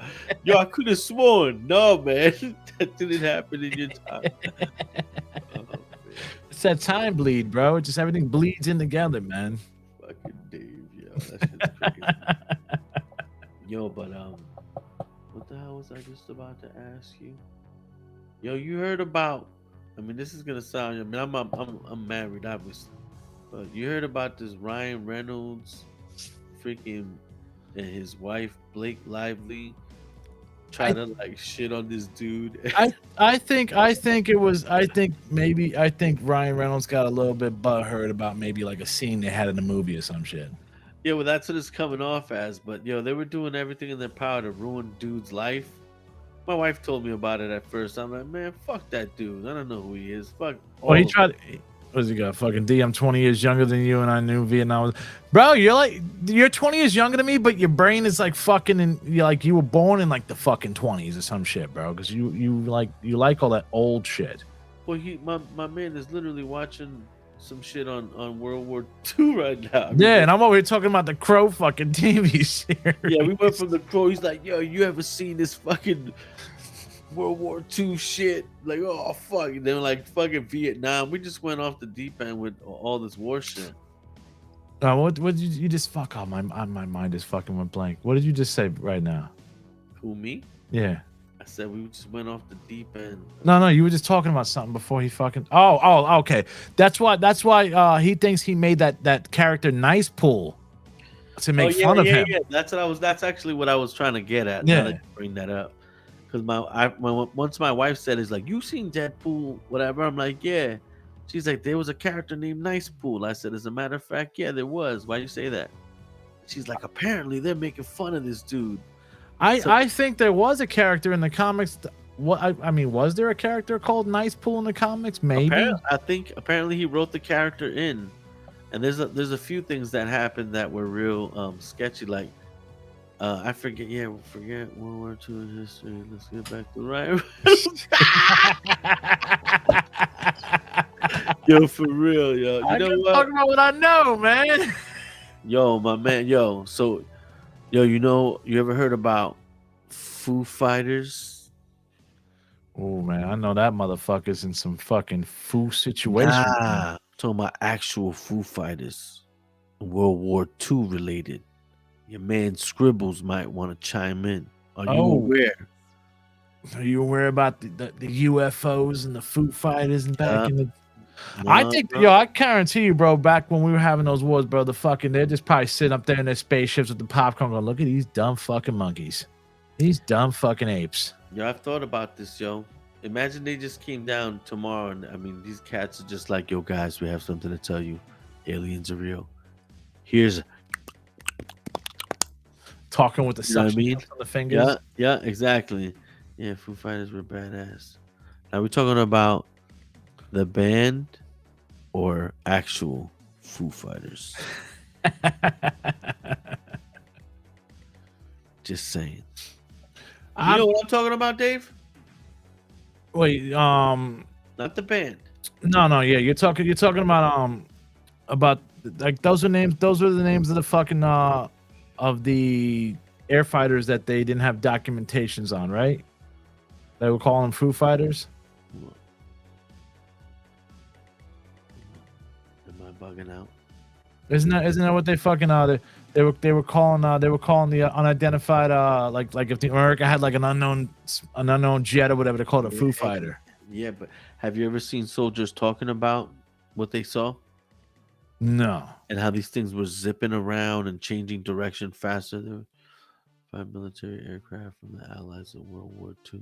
I did. So yeah, I agree with you. I agree with what you're saying there. But I've seen interviews with like fighter pilots and how they described. Well, I mean, like seeing the way these things moved, and they weren't moving like jets. You know, like they would listen to the astronauts, like Buzz Aldrin and all those motherfuckers talking about when they came down. They were like, "Yo, they saw fucking UFOs while they were going up to the space station and to the moon." Yeah. I don't know, man. I think a lot of this shit is just like, you know, what do we all go by? We go by what we are taught. Yeah. And yeah, I'm not saying everything is wrong, but at some point in time, somebody's lying about something. You know I think they're lying about a big chunk of everything. I mean, there's things that factor, right? Like you ever seen Book of Eli with Denzel Washington? I saw the movie. That was a great movie. All right. Fucked me up at the end. What part of it fucked you up? Realizing that he was walking around with a fucking Braille Bible and he was blind at the end. See, that was because I mean he walked around and did shit like he was just like, you know, he could see. Yeah, agreed. But you know what was blowing my mind about the movie? Is the guy that was looking for it was only trying to find it to gain power over everyone. Yeah. Like he literally, his intention is like whoever has the Bible and has these scriptures has the power over basically everyone. So I thought it was so crazy that someone had to, you know, it just goes to show you, you know, fucking I could take this thing and turn it into the worst fucking thing. Yeah. Oh, Scribble was saying that there was.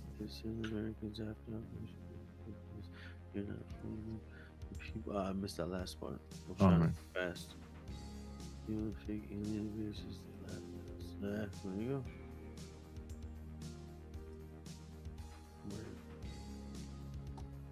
Yo, what do you think about aliens? Oh, they're real, man. I mean, I don't care what anybody says. I mean, I personally believe in them because I mean you cannot have all these species on this planet and not think that there's. I mean the way they taught us, saying there is other galaxies and stuff, to not think that there is another life form out there. You know, unless this is all just a simulation, like people are starting to say now, Yeah. and we're just in a computer thing, like the Matrix. You know, it's funny. Because if that's the case, then nothing really matters. I mean, you know, I grew up. You know what's up? My family was pretty religious, right? Yeah. I feel like I have a connection to religion, right? My mom, my grandparents. So there's this part that's always had that around me, right? And is it? Well, yeah, I agree. I'm not disagreeing there. Um, but fuck, I lost my train of thought. Religion. Oh, but when I think about it, right, I'm just like, am I wrong to think, right? So like, you know, they say created, in the image of God, right? So like Yeah. person, right? And and I made these rules up for my earth dwelling beings, right? Mm-hmm. Adam and Eve and his peeps, right? Um, and then I say, yo, here's the rule book. Here's the scriptures, whatever, right? Or throughout time, whatever it is, the scriptures are born, or everything related to religion or whatever, right? I'm saying this very loosely, but and then after he does that, he's God. So he continues. What if like the next day God was like, "I'll make myself a little planet over here, and a planet over there." Uh, why Yeah, would why would I not think that, why would you just want to focus on one thing? You're fucking the Almighty. You can fucking make everything. That's what I'm trying to say. Yeah. And people are like, we found another planet that looks just like Earth, and we're pretty sure it has water. We just can't get there. They got You're supposed to go there, they motherfucker. see a fucking another planet where they're like, we see lights and stuff like we have, and it's like, You saw that? Yeah. You saw that? And all I'm saying is like, if you can't get there, right, for whatever reason, maybe you're not supposed to be there. It's like, yo, I've talked about this with people, right? Yo, if the shit was gonna go down, right, and for the Mhm. next 20 years, they're gonna be developing a space station where humans can go and live. There's oxygen, food. There's a Walmart, McDonald's, everything on this motherfucker. yeah. And people are like, yo, if the ship goes down, we're going to fucking Nebular 4 or whatever, Nebular. Yo, 4. straight up, I would literally be like, you know what? You guys go to fucking Nebular 4. I'm not designed to be living out in fucking outer space. It's just like Yeah. saying I'm gonna go live in the ocean. I'm not supposed to fucking be there. So if the ship goes down, I'm going down with it. That's just the way I see it. So it's like when people are like, "You think there's aliens?" It's like, "Well, can you get there?" It's like, "No." So I'm not fucking with it. Can they get here? Could be possible. Have I had Yeah. an experience? I've seen shit in my life. Not gonna front. Especially most recently with what people have been describing to see, and even Mhm. um like fucking paintings from way back when have shown Exactly. Mars orbs and shit. The Incas, the Mayas, the fucking Egyptians, they all got fucking walls of fucking, like alien spaceships and Yeah. planes coming down and All shit. sorts of shit, yo. And yo, not for nothing. Um, when I was about, I'm gonna say maybe 11, 12 years old, the house that I lived in, the previous owners were into telescopes. So Okay. they built themselves in the attic, which was my room. There was a like a wooden ladder they made. They cut a hole in the fucking ceiling. They made like a platform, and they put like the cellar doors. Yeah. You know what I'm talking about? Yeah. The ones that you used to go to like people's basements from their The ones yard. like in Twister. Correct. And they put one of those on the actual roof. So it was Oh, actually shit. two little doors that would open up, and then you can put the wooden platform, like where you walk up. You would slide this like wooden square into place, and you have a platform. Yeah. And what he would do is he would sit out there with a chair, put on his telescope, and he would look at the skies for hours. We bought the house from that dude. When we moved in there, I thought that was the coolest shit, bro. to be able to open the roof for the room I was in and be able to be like, oh shit, I'm outside. This is fucking dope. I used to read comic books up there, son. When I got older, I would like puff trees up there and fucking read comic books, listen to records and shit. It was an ill spot. Long story short, I'm up there hanging out with the homies. Again, I was probably like, I'm gonna say maybe like 12. We're all up there chilling, and off like way over like I would say like between Mallory and West Side, past like Checkers on. Better watch out with that salute, dog. Oh god. But yo, off in the distance, right? We see what looked like an orange orb, right? Yeah. And I remember it was like a muted orange. It didn't look like it was blinding. It looked like it was behind something. Like if you can imagine what like a candle would look like, you know, behind glass and like candle wax, you know? Yeah. And we all, I noticed it first. My boy noticed it right away, and then we're all sitting there looking at it, and we're like, "Yo, what the hell is that?" And it was just kind of floating towards us. So then we start laughing, and my boy goes, "I mean, we were kids." He's like, "It's probably one of those weather balloons." Oh shit. And back then, I mean, I didn't know what a weather. When I finally saw what a weather balloon looked like when I was a bit older, I'm like, "Oh my god, it's definitely not a weather balloon." That shit doesn't look anything like that. But anyway, it literally comes close to us, and I'm gonna say it gets to, it's like literally over, you know, it's almost eye level with us, and it wasn't that big, but it wasn't small either. And it kind of stops over, like, let's just say, if I could say maybe like 4 or 5 houses distance from my house, and it just stays there for a minute, and we're like now like, yo, is it moving? This is just a round thing, you know? Just staring at you. Yeah, that's what it felt like. And we literally are like, is it still coming towards us? Like, yo, what the fuck's going on? Now, how do you not know? Maybe they've had drones back then, and we just didn't know what a fucking drone was. I mean, yo, this looked like a giant ball, a floating ball. And yo, but here's where it gets interesting. When it gets close, when it stops in that spot, we noticed that we're like, yo, hold up, there's no wind. So if it's like a balloon, it'd be sporadically moving with the wind. Yeah. There wasn't any wind. So we're like, well, then maybe that's why it's holding still like that. Yo, and then out of nowhere, yo, if you know like Jersey City, right? Like imagine Communipol by like Checkers, and it stops a little bit more in front of that. And then it decides to go up towards the boulevard, like up Communipol, Harrison. Changed his mind. Didn't want those chili cheese fries. It just went off, but the way it went off is what made it weird.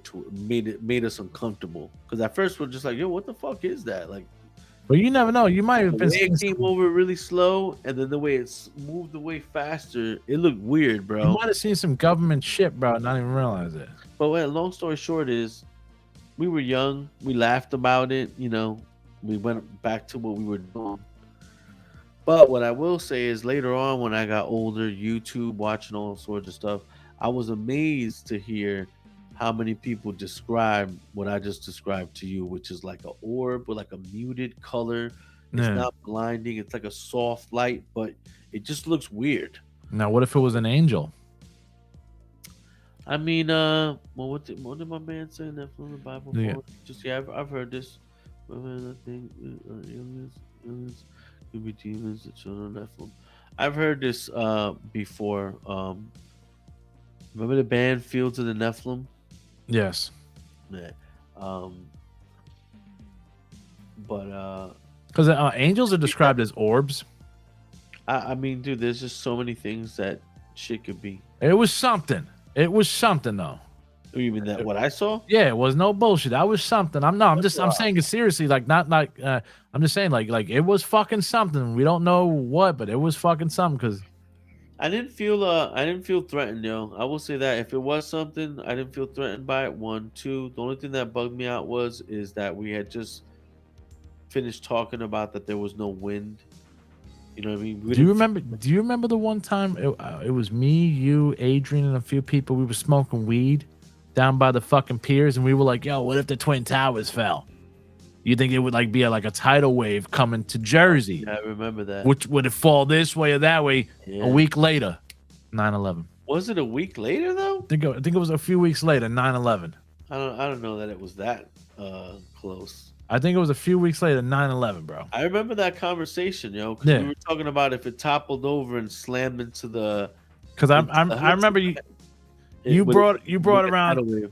I remember because that day you brought around the purple haze, and that was the same day I was crawling on the pier going, I can't walk, I can't get up because the purple haze had me fucked up.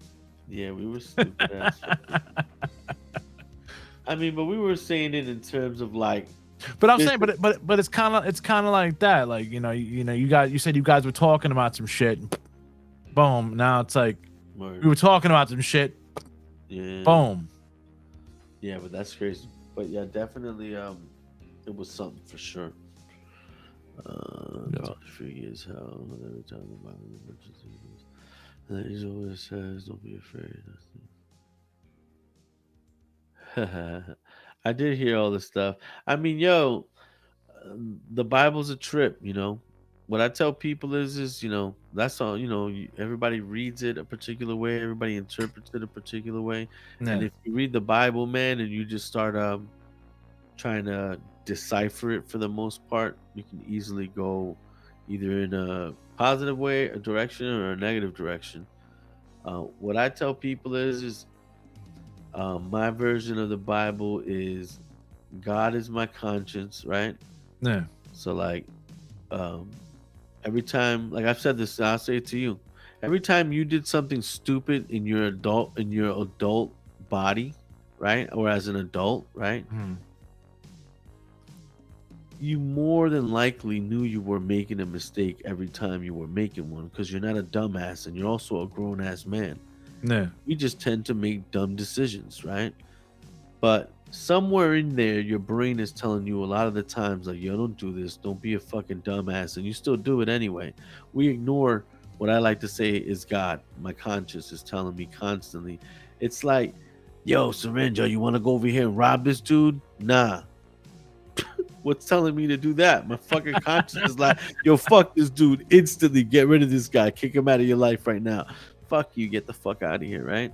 And there's all these things that we have, like these sensors and shit. Your fucking intuition is the most godly shit to me, yo.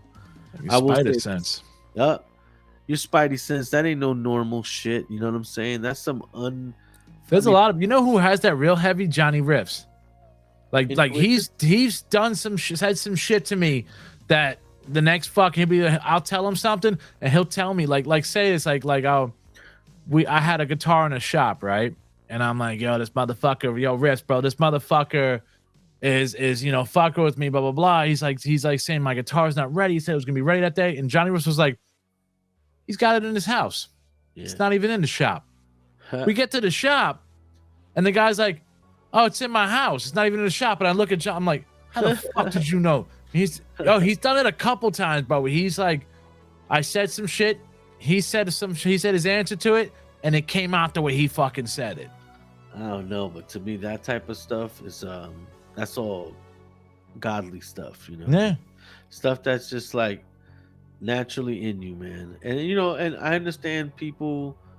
I understand defects. I understand like chemical imbalances. I understand that a lot of this stuff can, alter your way of thinking, drugs, so on and so forth. And people do dumb shit, Yeah. But I think, for the most part, as humans, for example, I'm not the type of person that is gonna let any like woman, kid, or like an old lady, for example, get fucked with in front of me. Yeah. Like I'm just not that dude, right? I would have to do something. If there's a gun involved, whatever it is, I gotta try to figure out how I can help that person. I just don't be walking away from shit like that. But it's just all like, for me, related to in my world. So you could just say basically, God is your conscience.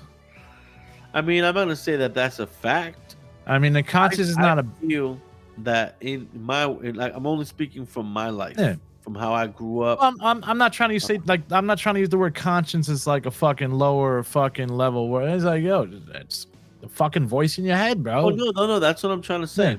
but not a lot of people would say, well, that's not the case, you know, or someone will play devil's advocate to that comment. But for me, in And my that's world, God in their head doing. I'm just saying, for me, you know, that's you know, something that I just, you know, feel strongly That about. makes a lot of sense, but everybody's got the God and the devil in their fucking brain. You follow whichever one you're gonna follow. Yeah, I mean, the funny thing is, you know, if you really think about it, a lot of times, you know, like I said, well, I was talking about being swayed easily with social media and stuff. Yeah. That's what's happening. Like, I yo, love how just three let's talk about it, right? How about when I was a kid, right? True story.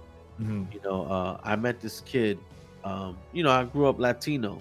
You know, Yeah. so in my house it was cumbia, merengue, salsa. Obvio, man. Come on. I'm just saying. I'm just saying. You know, so you grow up. You know, my first language was, you know, Spanish till I was about in third grade is when I started really speaking English, and Yeah. you know, my parents were watching Spanish television, so you know, fuck, where am I trying to go with this? Sorry, I'm a little lifted. What were we just talking Now we're now we're Scribbles going with this, bro. I'm getting distracted. I don't know what the fuck I was saying. Yeah, Christian values, your conscience wouldn't be how it is. Establishes your moral conscience. I mean, it's different with everybody. Yeah. Everybody has a different experience. Yeah, I'm only talking about from my perspective. But damn, I was trying to make a point and I forgot what I was saying. You met your friend.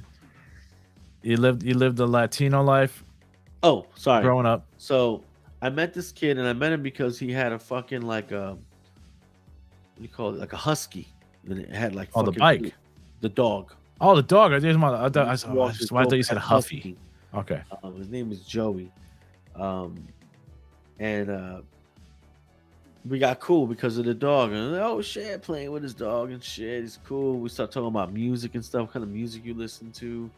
I said honestly, man, right now I would listen to whatever's like on MTV. I wasn't really like, I was a little boy back then. I don't Yeah. like 8, 9 years old or some shit. I was more like 10 actually.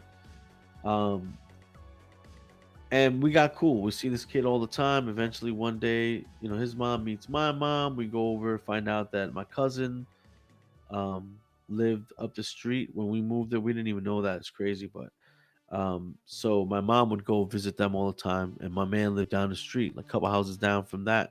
Yeah. So eventually, he's like, "Yo, come kick it at my place, mom." Tell my mom it's 2 houses down. So Yeah. I go, just come back like in an hour or whatever the case may be. And I went in this motherfucker's room, and this guy had Black Sabbath posters everywhere, fucking King Diamond, all this crazy shit that I never even, at the time, wasn't really. MTV wasn't showing that shit. Yeah. And he starts playing all this shit. Yo, remember, you ever seen the movie The Gate? Yes. Okay. Remember his homie that listened to metal records? Yeah. He had that crazy ass room, like in that 80s room. That's how Homeboy's room looked. It was fucking clothes everywhere. It was like a dream room for someone like me.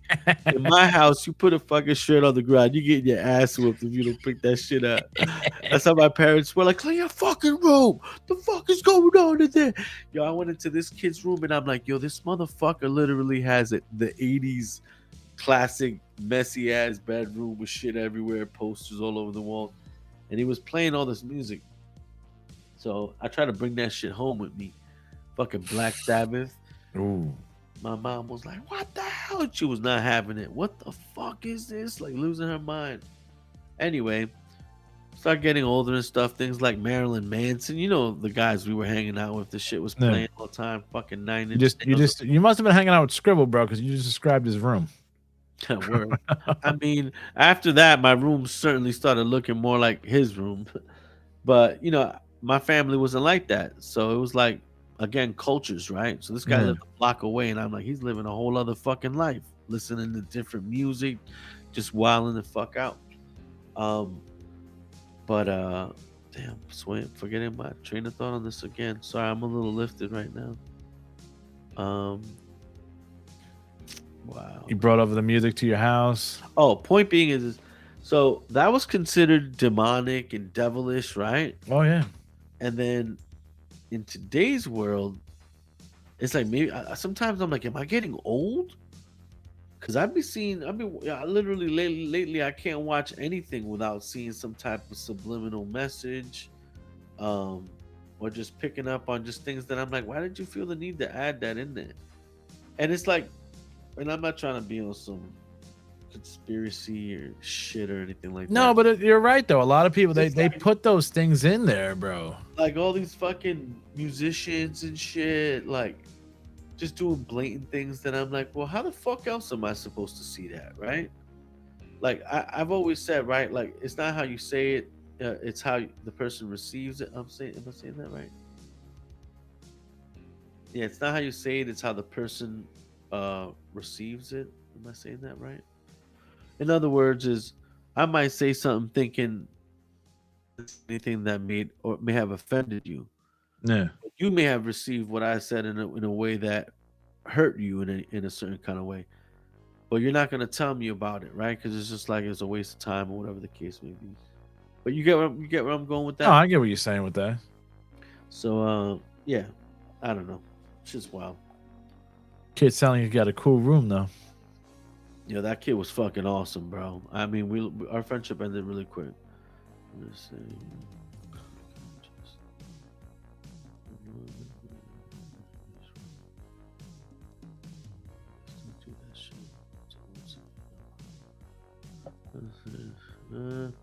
I mean, that's tricky. I mean, I ain't. I don't. I'm not like that type of dude that has answers for shit like that. But I Yeah. will say this: a baby is born, and having kids of my own, they're gonna reflect you, right?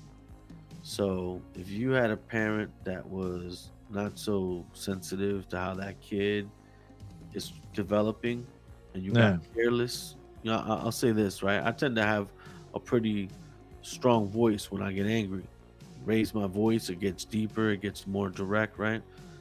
Um, and you know, my little boy's 5 now. This happened just recently too, and he got me angry. So I kind of raised my voice to kind of just be like, yo, enough's enough. Time to get serious. We're gonna do this now, and that's the end of it. Blah blah blah blah blah. Yeah.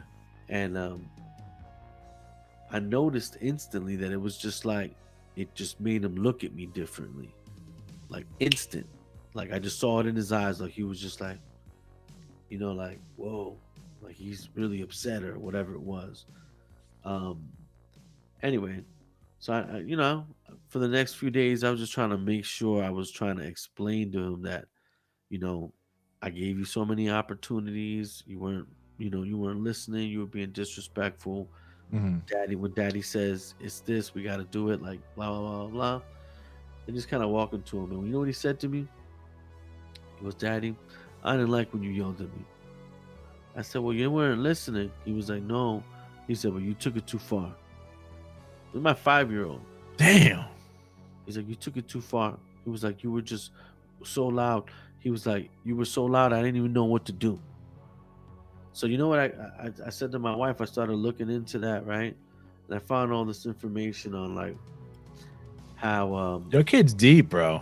Holy shit. it's not even he's not. It's not necessarily deep. I'm making it deep by just saying it. He said it to me in the most innocent way. You know what I'm saying? But I'm trying to understand the fact that Yeah. he's still a kid. He can only think but so far. And you learn by experience, right? So it's like I've never seen my dad that mad. So all of a sudden, and if I don't reinforce that kind of shit, you know what I'm saying? Like you're gonna develop something. You know what I'm saying? He'll change So, into something that he'll fucking what I was trying to get is what Scribble's saying. Is like I don't know if you're necessarily born with a good conscience or a bad conscience, but I certainly know that the brain is there to absorb whatever's around it. So if you have a mom that isn't loving you as much as another mom or whatever, I think these things all factor into how that person's brain is gonna fucking develop. So like and I'm just gonna say this because I grew up in the hood, so did you. I seen a lot of bad moms, I seen yeah. a lot of bad parents. Fucking, how many times you go Seeing out that and shit in the supermarket, bro. oh, Whap, whap. yeah, yeah, man. Not only that, but how you talk to them. You little motherfucker. Good. Like, yo, that's a fucking 4-year-old you're talking to like that. You little motherfuckers better get over here. Blah, blah. I seen that shit fucking a million times, you know? So I feel like it all depends. Yeah, I had the same thing happen. And then you go. I mean, yo, I'm just saying. I just feel like I think human beings or just things in nature. Somebody brought. I don't know who said this, but this was really dope. They said, if you put a baby, who told me this, man? I don't want to. I don't want to. I wish I could just quote who said that to me because it's stuck. They said if you take a baby, right, Mm.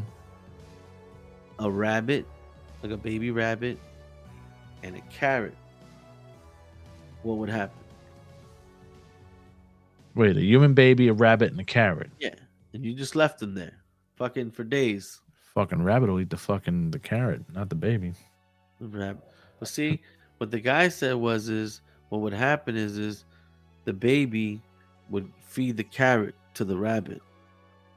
Oh, And he's baby- getting on some lovey-dovey shit right there. I would have. saying, I just basically what he was saying is the natural instinct most of the time is gonna be to be nice. You're a baby. Nah. The baby's gonna be like carrot. The thing's hungry. Put it up to his mouth, fucking feed it, eat it, and then the baby has nothing to eat. I don't know. I feel strongly about that, yo, because and this is funny. I think you and I were talking about this just the other night. You know, I seen kids have fucked up parents, man. Oh yeah, we were. Yep. Yeah. And then, somebody that I was growing up, this is my friend, is now in jail for some foul shit.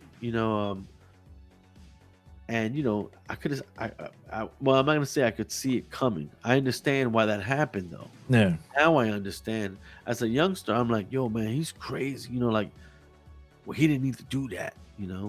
But then you think about it, these motherfuckers. Like some of these dudes that I grew up with have been so abused, right? That it was just like a moment where it's like, yo, I'm tired of eating shit. Fuck you.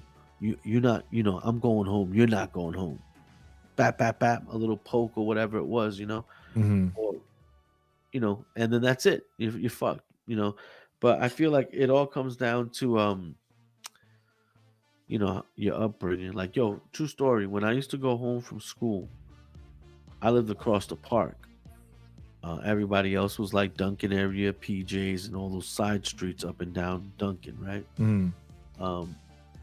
But I would go home across the street on Communipol because I had mentioned to you that Board of Ed had gotten my address confused with the other part of Delaware that continues on the other side of the park. I Yeah. was supposed to go to 24, but they sent me to 39.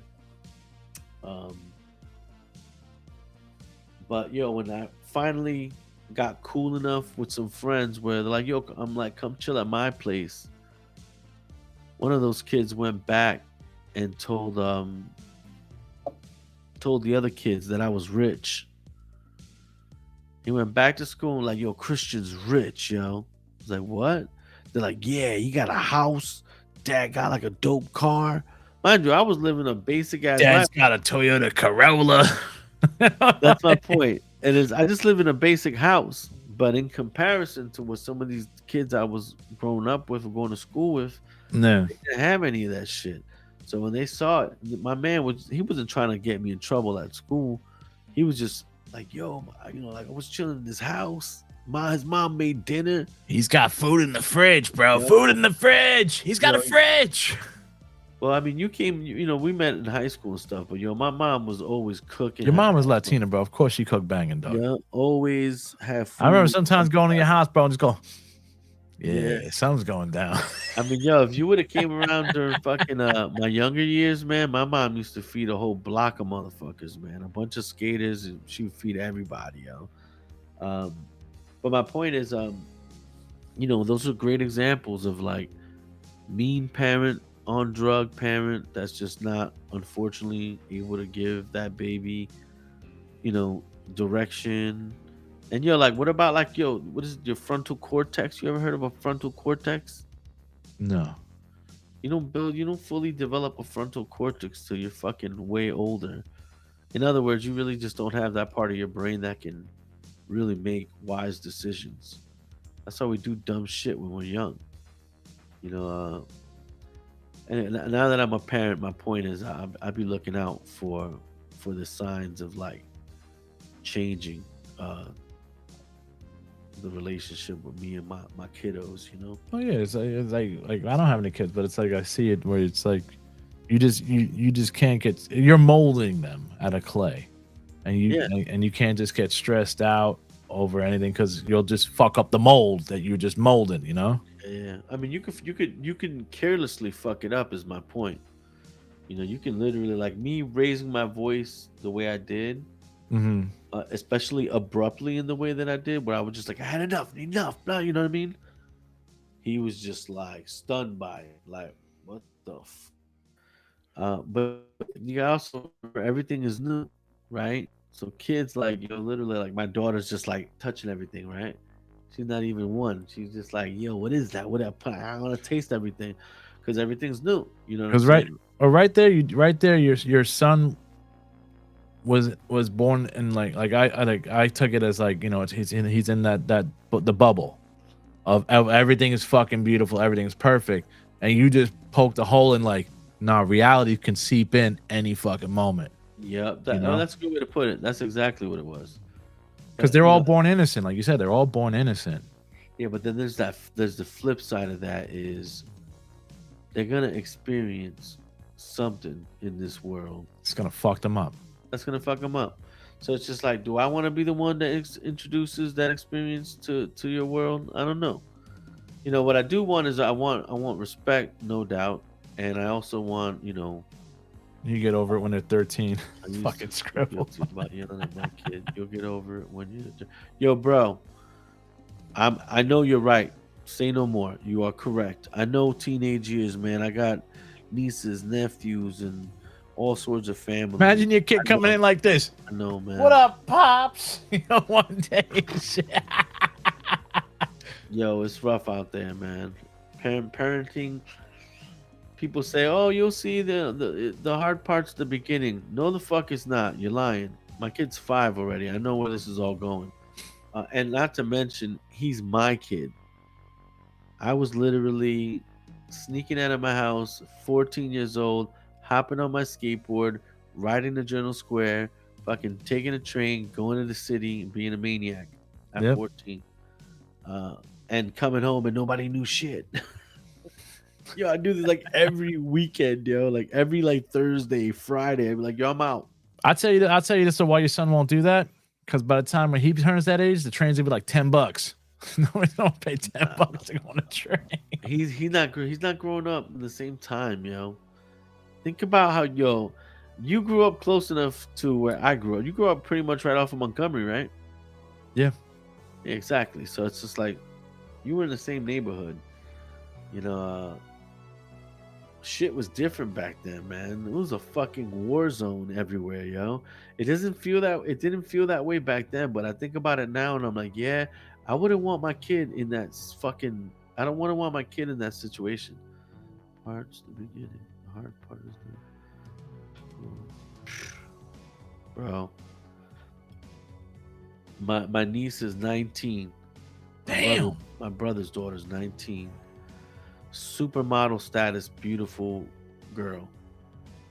I have no words. That's your brother that won. He's in the Navy or the Air Force? Navy. Well, he's retired Navy now, but point is, his daughter's beautiful. She's 19. She's talking about college, boyfriends, all sorts of shit that you're just like, fuck. And whatever. It's just, I guess I have a daughter now. It's what's gonna happen. You're gonna have to invest in nunchucks, ninja swords. It's like my father-in-law. I totally understand my father-in-law now. It's like he has love for me. I've been around for fucking over 20 years. Yeah. And we have a good relationship, him and I. But when the shit goes down, God forbid should it ever, right, go down, he going right back on his daughter's side. Fuck you, Christian. But yo, straight up. I mean, yo, you get, think about it, man. You can't expect them not to. Yeah, exactly. It's just natural for it to be that way. So I guess what I'm trying to get at is nobody's ever going to be good enough. You know what I'm saying?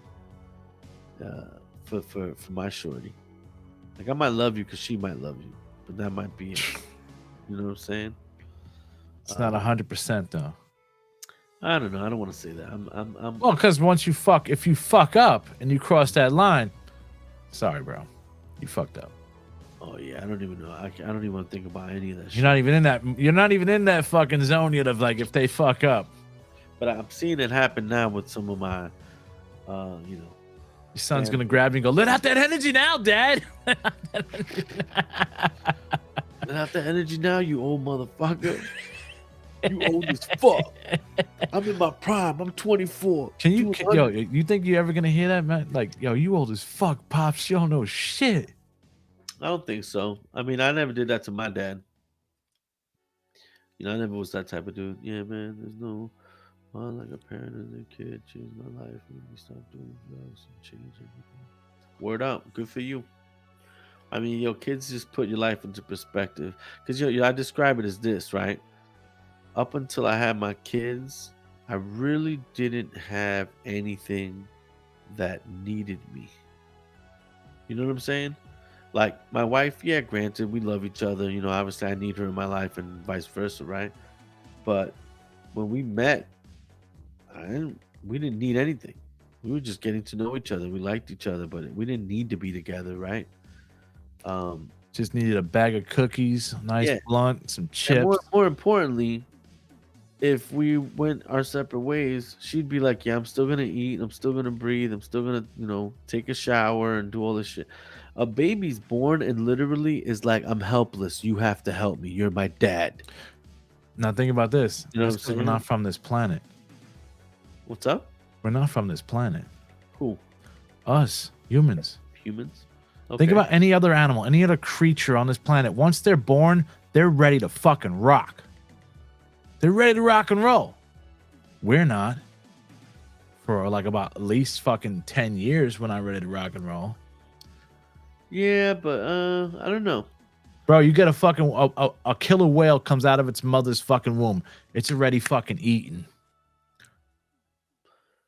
Well, A horse comes out of a fucking, any animal. Let's pick any animal. They're ready to rock and roll. They're ready. They're walking and strutting right next to them. Like, let's go. Yeah, but yeah, I see what you're saying though. Not a human, kid. Yeah, I guess Gotta hold that motherfucker for a couple years. Well, I mean, not really. Even gorillas and monkeys. Fucking kids come out, bro. They're ready to rock and roll. But like, a baby born in Africa versus a baby born here, totally different babies. You ever seen the movie Babies? No. I watched a documentary with my wife. She tells me I want to watch this documentary called Babies. I wanted to watch some war movie with Christian Bale. Rescue Dawn, I think it was called. Okay.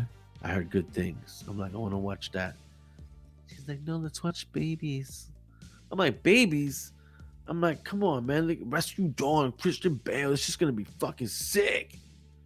She's like, we're watching Babies. Damn. I'm like, son of a bitch. I should have smoked more fucking weed. I can sit down, start watching this thing. This happened to me, by the way, her and I, at least 10 times. Little Miss Sunshine was another one. But I fucking sit down, fucking start watching Babies. And I'm like, yo, this shit is dope as fuck. So basically what happens is you're seeing how a baby that's being born in the middle of nowhere in Africa with, these small villages, fucking dirt roads and stuff versus a baby being raised in like Beverly Hills. And you know how, oh no, watch your head. Oh my God, watch out. Oh, we're going to feed him the little pureed food. We're going to give him some avocado. We're going to, basically treating a baby like a baby, talking to the baby like a baby. Yeah. And they show you the baby in Africa, yo. And it's the mom, like, trying to start a fire. The baby's rolling around in dirt and dust all day. There's fucking dust in the air, and the baby's breathing all this dust. There's all sorts of bugs and shit, and the baby's just like bulletproof, yo. Fucking baby falls, ow, gets up, keeps it moving. Basically, sometimes Our kids are soft in comparison to kids growing up in places like Africa. Shit got too heavy. We're about to cry. Let's get back to lighthearted stuff like Ryan Reynolds. World War II. Shit. Yeah, this. Yeah, I don't know. It's just we're getting older, talking about parenting, but parenting could be cool, man. Yo, you ever seen my son's Boba Fett costume I made him out of cardboard? I think so. Straight fucking murder, bro. I'll send you a photo. Shit, It's weird though. I see you and your son. It's like your son's like a mini you. Yeah, well, I mean, he kind of is, man. He's taking up my personality. He likes music. He likes like he has this funny character about him that just it's been coming out of nowhere. Where he'd be like, "Yo, what up, Dad?" Like, "Yo, what?" Like the hand gestures. I don't know. It just this is recent too. Like, "Yo, what's up?" Yo, he'd be like, "Yo, Dad, I'm gonna go put on my Boba Fett costume." And I mean, I'm like, where'd he learn that? Obviously, this asshole. But when he does it, it's just so fucking funny to me, yo. But yeah, parenting. Oh man. Well, Chris, man, we've been at this 2 hours. Yo, has it been 22 hours and 25 minutes, man. Yeah, let's wrap it up, B. Let's wrap it up, man. So what you got coming on in the future, man? What do you got? What can these people expect? Because I'm gonna say that like you and maybe one other person are gonna be my last interviews for Front of Dungeon. I'm just gonna stick it strictly music, strictly talking about music and stuff, man. If I'm gonna talk to anybody, I'll bring them on my Occupy Your Mind show. Word. So you're one of the last two people I'm gonna ever have interviewing on this show. It's been an honor. What do you got? You told me you were coming up with some like. Well, right now I'm working on this thing called Feature Proof, which is gonna be basically a platform where me and a few other people are curating like art. So photography, painting, music. It's been developing, right? So it's been a slow crawl. We're trying to lock in all the social stuff now. We got a website that we're designing now, where basically all the big stuff will be housed, like the full-on interviews and all that stuff. But the cool part about it is it'll be developed to the point where we'll be doing interviews. Like I have the first 3 interviews already set up. I'll be posted on there. We'll also be doing like music reviews, and we're gonna have the Feature Proof podcast, which obviously I'll invite you to also, and then that's gonna become. You remember Sound Soil? Yes. When I was doing Sound Soil, so it'll be like a live performance series. Starting off small, so like DJs, producers. I like to do like producer MC combinations or like DJ MC combination performances. Just keep them small performances for now. I'll take even like acapellas and things like that.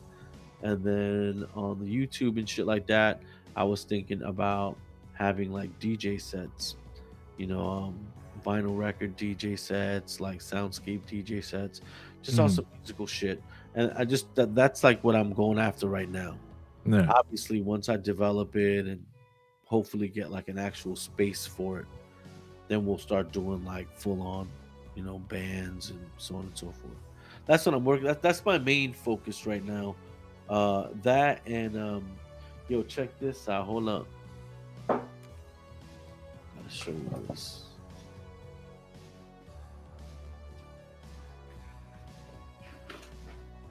What are we gonna see here?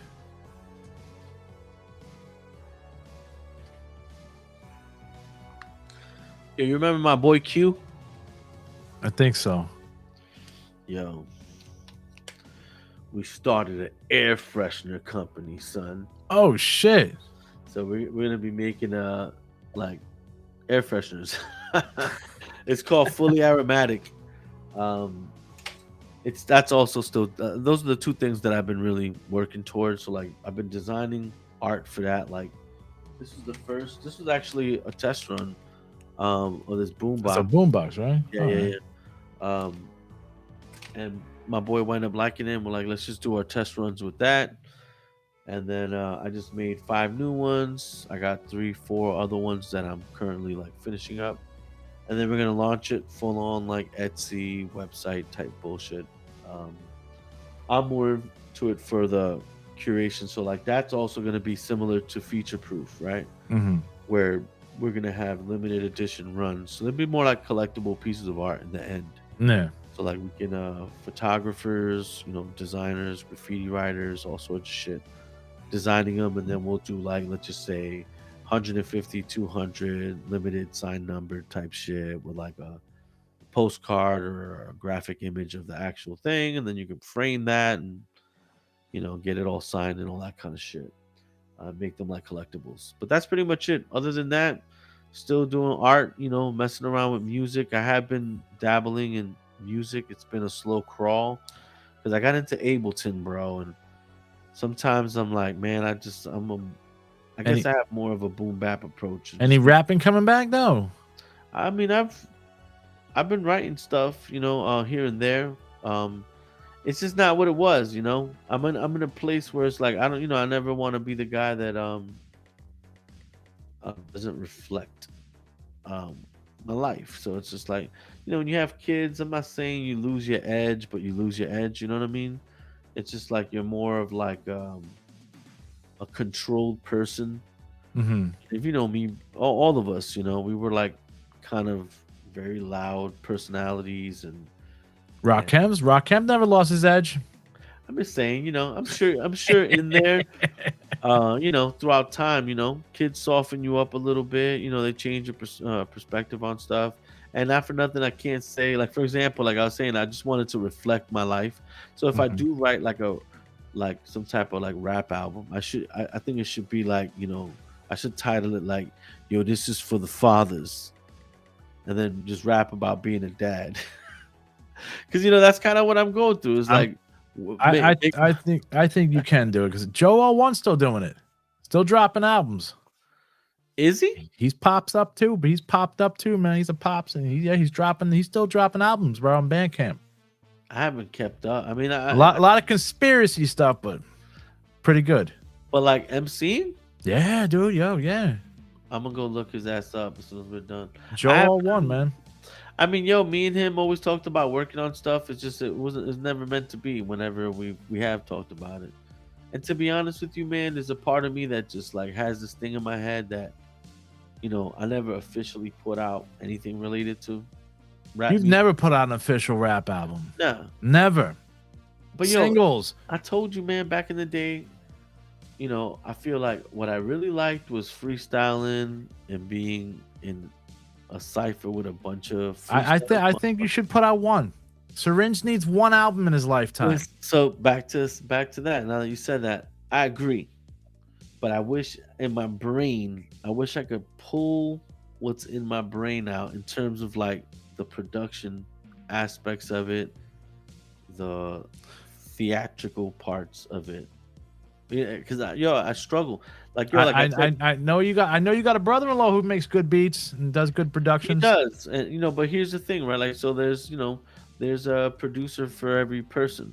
Not saying that he's not the producer for me, but based on his personality, his approach to making beats, his beats are very upbeat. They make you want to break dance, which I love. You know what I mean? I love Ben's music. Period. Shout out to Ben Books. But in my brain, I hear everything just like slow down. I hear a lot of like like that type of shit. Yeah. I don't hear. No. I just don't hear that. I hear something very dark. And you want some end of the world shit? Just some ominous shit. You know what I mean? You know who you need, bro? LP. I agree. LP would be the fucking. I mean, obviously, that's just. I mean, what I right when you said that, all I think it was Stepfather Factory. Well, I mean, he definitely has. He definitely has a particular. Not his new shit, his old shit. Not his new shit. I mean, yeah. Not running the jewel shit. I'm talking about company flow. Yes. Yeah. I mean, it's somewhat in there. You need the boom bap album. You need at least you got to put out the Serringe boom. It's because I mean, I need it to be different, man. I'm telling you, I need it to be different, man. I need it to be something more soundscape driven, distorted, loud, fucking drums, slower tempos, and a lot of interludes, and like that's what I want more than anything. Because like Android Space, for example, a lot of people don't know that that's like a continuous story of what was happening, and like a backstory, this loose story that we created. Like I was just saying right now, right? Like, if I were to write a rap album now, it would be something more like because I wouldn't want to be fronting. I would want to reflect what I'm um going through in my life. So I feel like it Yeah. would be a lot softer, right? So I feel like in my brain, I'm hearing these darker noises, right? So that I could take myself and put myself in a character's shoes. You could write a movie. Your album is a movie. It's like Android Space, right? What the problem was is when we started writing the music, because it was so like whatever the fuck you want to call what it was, it made it to the point where I'm like, well, I don't have nothing to say about me. I don't have nothing about me that matches what we made in terms of the music. So I said, well, let me write as somebody else. So I started creating these characters and these stories to be able to write something that was a little bit more interesting than me. Yeah. So I feel like in my brain, because I don't want to do something that's so happy-go-lucky for the sake of being a dad, right? I feel like if I put myself in what I'm hearing in my head, I can become a character. But I mean, you got to look at it like this too. Like I look at it as Christian's the dad, Serringe isn't the dad. Serringe is the fucking the ender of worlds. Yeah, You all know right. what I'm Yeah, saying? I get it. You know what? Well, that being said, again, you just said it right there. So it's like if I could pull the character Syringe out of my head, Yeah, it would be on some real down tempo. he's in there, bro. He's in I there. know he is. I know he's bro. He comes out every day on the way to work, bro. You kidding me? Bumping Alchemist fucking beats. Yeah, I got hooked on Alchemist for a while. I'm just listening to anything related to Alchemist in terms of like beats and shit. He kind of has a lot of that when I'm talking about the more slow down tempo shit. But that's what I want. It's like if I could say the perfect record would be like if I could get Trent Reznor and Atticus Ross to do the interludes Yeah. and have like LP. I mean, fuck, LP is just fucking almost like right there. And what I mean, but then there's like drummers and shit. Like, be following a lot of drummers that have You get Mr. Lift to do a guest appearance on it. I mean, bro, like, no. No, Mr. Lift. No, Mr. Lift. Honestly, if I dropped a joint right now, I wouldn't do any collaborations. I would just want to do like one giant long art piece, yo. In my brain, it plays beginning to end with no breaks in between the songs. Every song leads to an interlude. Every interlude leads to a song all the way to the end. And it would be at least an hour long, and not a lot of hooks. Yeah. More just like fucking No hooks. No hooks. I'm not saying no hooks, but Not everything's a hook. I hear a lot of no hooks. I hear a lot of DJ scratching, like 4 hooks. I miss that shit, bro. Just some fucking hard ass, dirty beat, fucking dope rhymes, and like a fucking you don't want it, like that kind of shit. You're gonna fucking die. You know what I mean? Like I love those fucking. What happened? DJs is such a fucking huge part of like dirty rap shit. You know what I'm saying? It's just like I would just love to have like a DJ just breaking down some fucking choruses, you know what I mean? And just like drums and a lot of like synthesizers and shit like that. I have new stuff, but it's nothing I'm really proud of yet, especially in mixes, man. That's the thing, fucking Ableton's. You ever fuck with Ableton? No, I haven't fucked it. I never fucked with any software. Ableton, when you go from like MPCs and shit just like even like comparing Ableton's sound to like even like Machine. I never cared about mixing, bro. I was always like, whatever you put in, that's it, bro. It's done. To me, it's like I just can't get Ableton to sound good yet.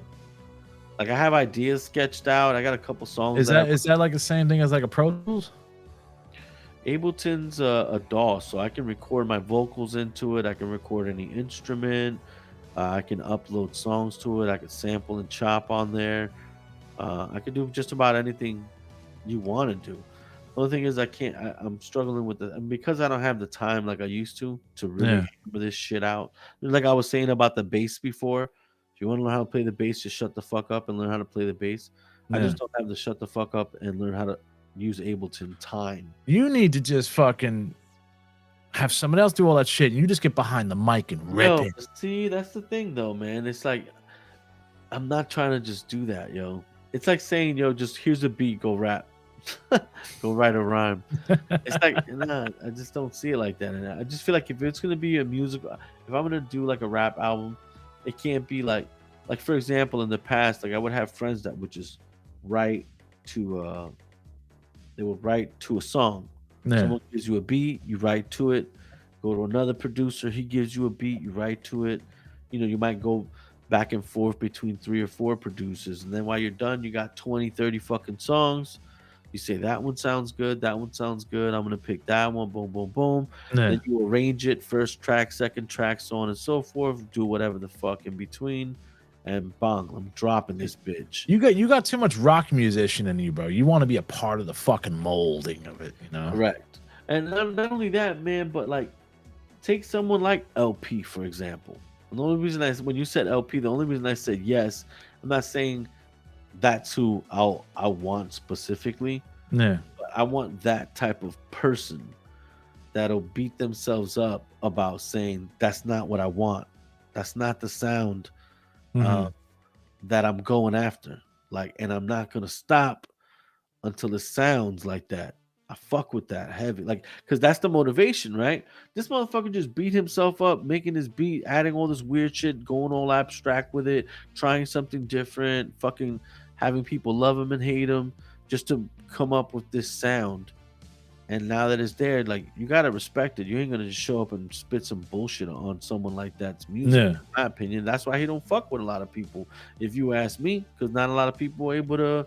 Killer Mike is a great example of like, yeah, he's gonna go hard at it, and he's proven it. You know, he's fucking tearing them beats up. You know, but that's just the way. I wish I had a band that made rap beats. Does that make sense? Like, I wish I had the guy that had fucking a bunch of Moogs, couple fucking synthesizers, you know, samplers and shit. A guy with a fucking beat machine, a drummer, dope bass player, and, you know, a DJ. You know, I guarantee there's probably a fucking group out there that they're like, yo, man, I wish we could just find somebody who could fucking just rhyme over to our fucking crazy soundscapes. No, well, you know what's funny? I'm glad that you said that. Because where the fuck do I find these people? Because I'll be honest with you, I've been dealing with people for the past few years of wanting to do you know, a project with, like, Yeah. let's start a band, even if it's just for like an album, right?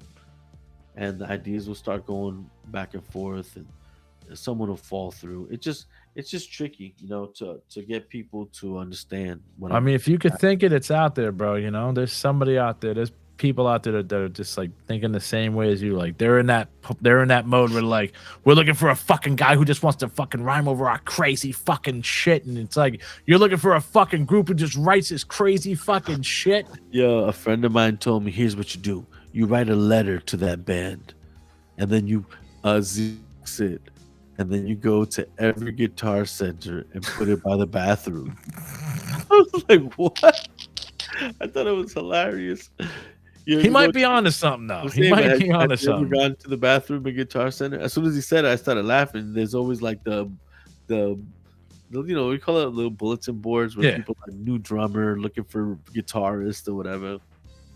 I thought that shit was fucking hilarious. What do you want to do? Leave a letter? This letter's for you. Yo, one day. I mean, yo, I'm getting close. I'm getting close to getting to the sound that I want on my own. I just don't know how good I can make it sound. You know, Yeah. I know I've done the beats that I want. Just when I, like I said, I'm struggling with the mastering, even the mixing part. I mean, I'm pretty good at mixing, but I've been struggling even with that. But Well, I you know figured, they got programs where you can just drop it in and it masters it for you. oh, you talking about like Lander and all that shit? I mean, I've heard about it. Talking I've about done. for mastering? Yeah, you just drop your shit in and it masters it for you. Yeah, but have you ever seen someone master something? I've never watched, but I mean, I can imagine it's probably just it's. They probably wouldn't want nobody around them to watch. It's a lot of work. And Yeah. it's like you did that in a click of a button. They're like, "Yo, AI, baby." I'm just like, I don't know. I'm Some sure, people aren't built for AI though. True. yeah. But that's pretty much it, Dave. I'm just still doing me, still messing around with music. I mean, one day I'll go through, the library of shit that I have and put something out as like fucking Tenderfoot, Jimmy Crip or something. I don't know. Jimmy Tenderfoot? What the fuck? I'm just saying, like, I sometimes I'm like, just drop something as an alias. Like that sounds like Serringe. Nah, man, it's Jimmy Tenderfoot, man. It says it right Yeah, there. I remember. You don't remember Pterodactyl Fly, the reptilian one? What? You don't remember him? He was a short-lived alter ego, man. Oh His my name was god. Pterodactyl Fly, the reptilian one. Next time, And I go guarantee type that. you probably got some shit on your computer with that. I do have something, but nothing that I'm proud of. It was like that when the idea was born, we recorded it, but nothing that I'm crazy about. Ugh. Oh man, Anyway. that's a sign of old age right there. That's the cue. Yep. But yo, thanks for having me. It's been a pleasure. Shout out. I listen to you all the time, so shout out to Scribbles for checking in. I hear your music also. And yo, keep it up. And I'm glad that you what episode is this, do you know? This is 336. 336 episodes, y'all. My man is going hard. I really do appreciate I'll be honest with you. The best part of your podcast has been feeling like I'm hanging out with you. That's it. I try to make it, man. I try to fucking keep it. I'm just trying to see. Let me see. I forgot which number you were on, like fucking 15 or something like that, bro. The last time you were on here, Episode 15? I think so. Yeah. Let me see. Where the fuck is Serringe? Serringe, you were in the early episodes, man. Where are the? Oh, Yeah. you were on 28. Damn, that's crazy. Episode 28, man. Damn, that's wild as hell. Yep. So it's like, I was there in the beginning and I'm there in the end of the interview process. Yep. Yo, keep it up, Dave. I really do think, you're really good at this. I think it's something that you're doing naturally. It's obvious that you enjoy doing it.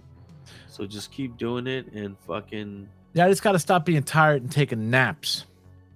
but sometimes you need to take a nap to be on point, Nah. And we're getting older. Naps are important for the bones, bro.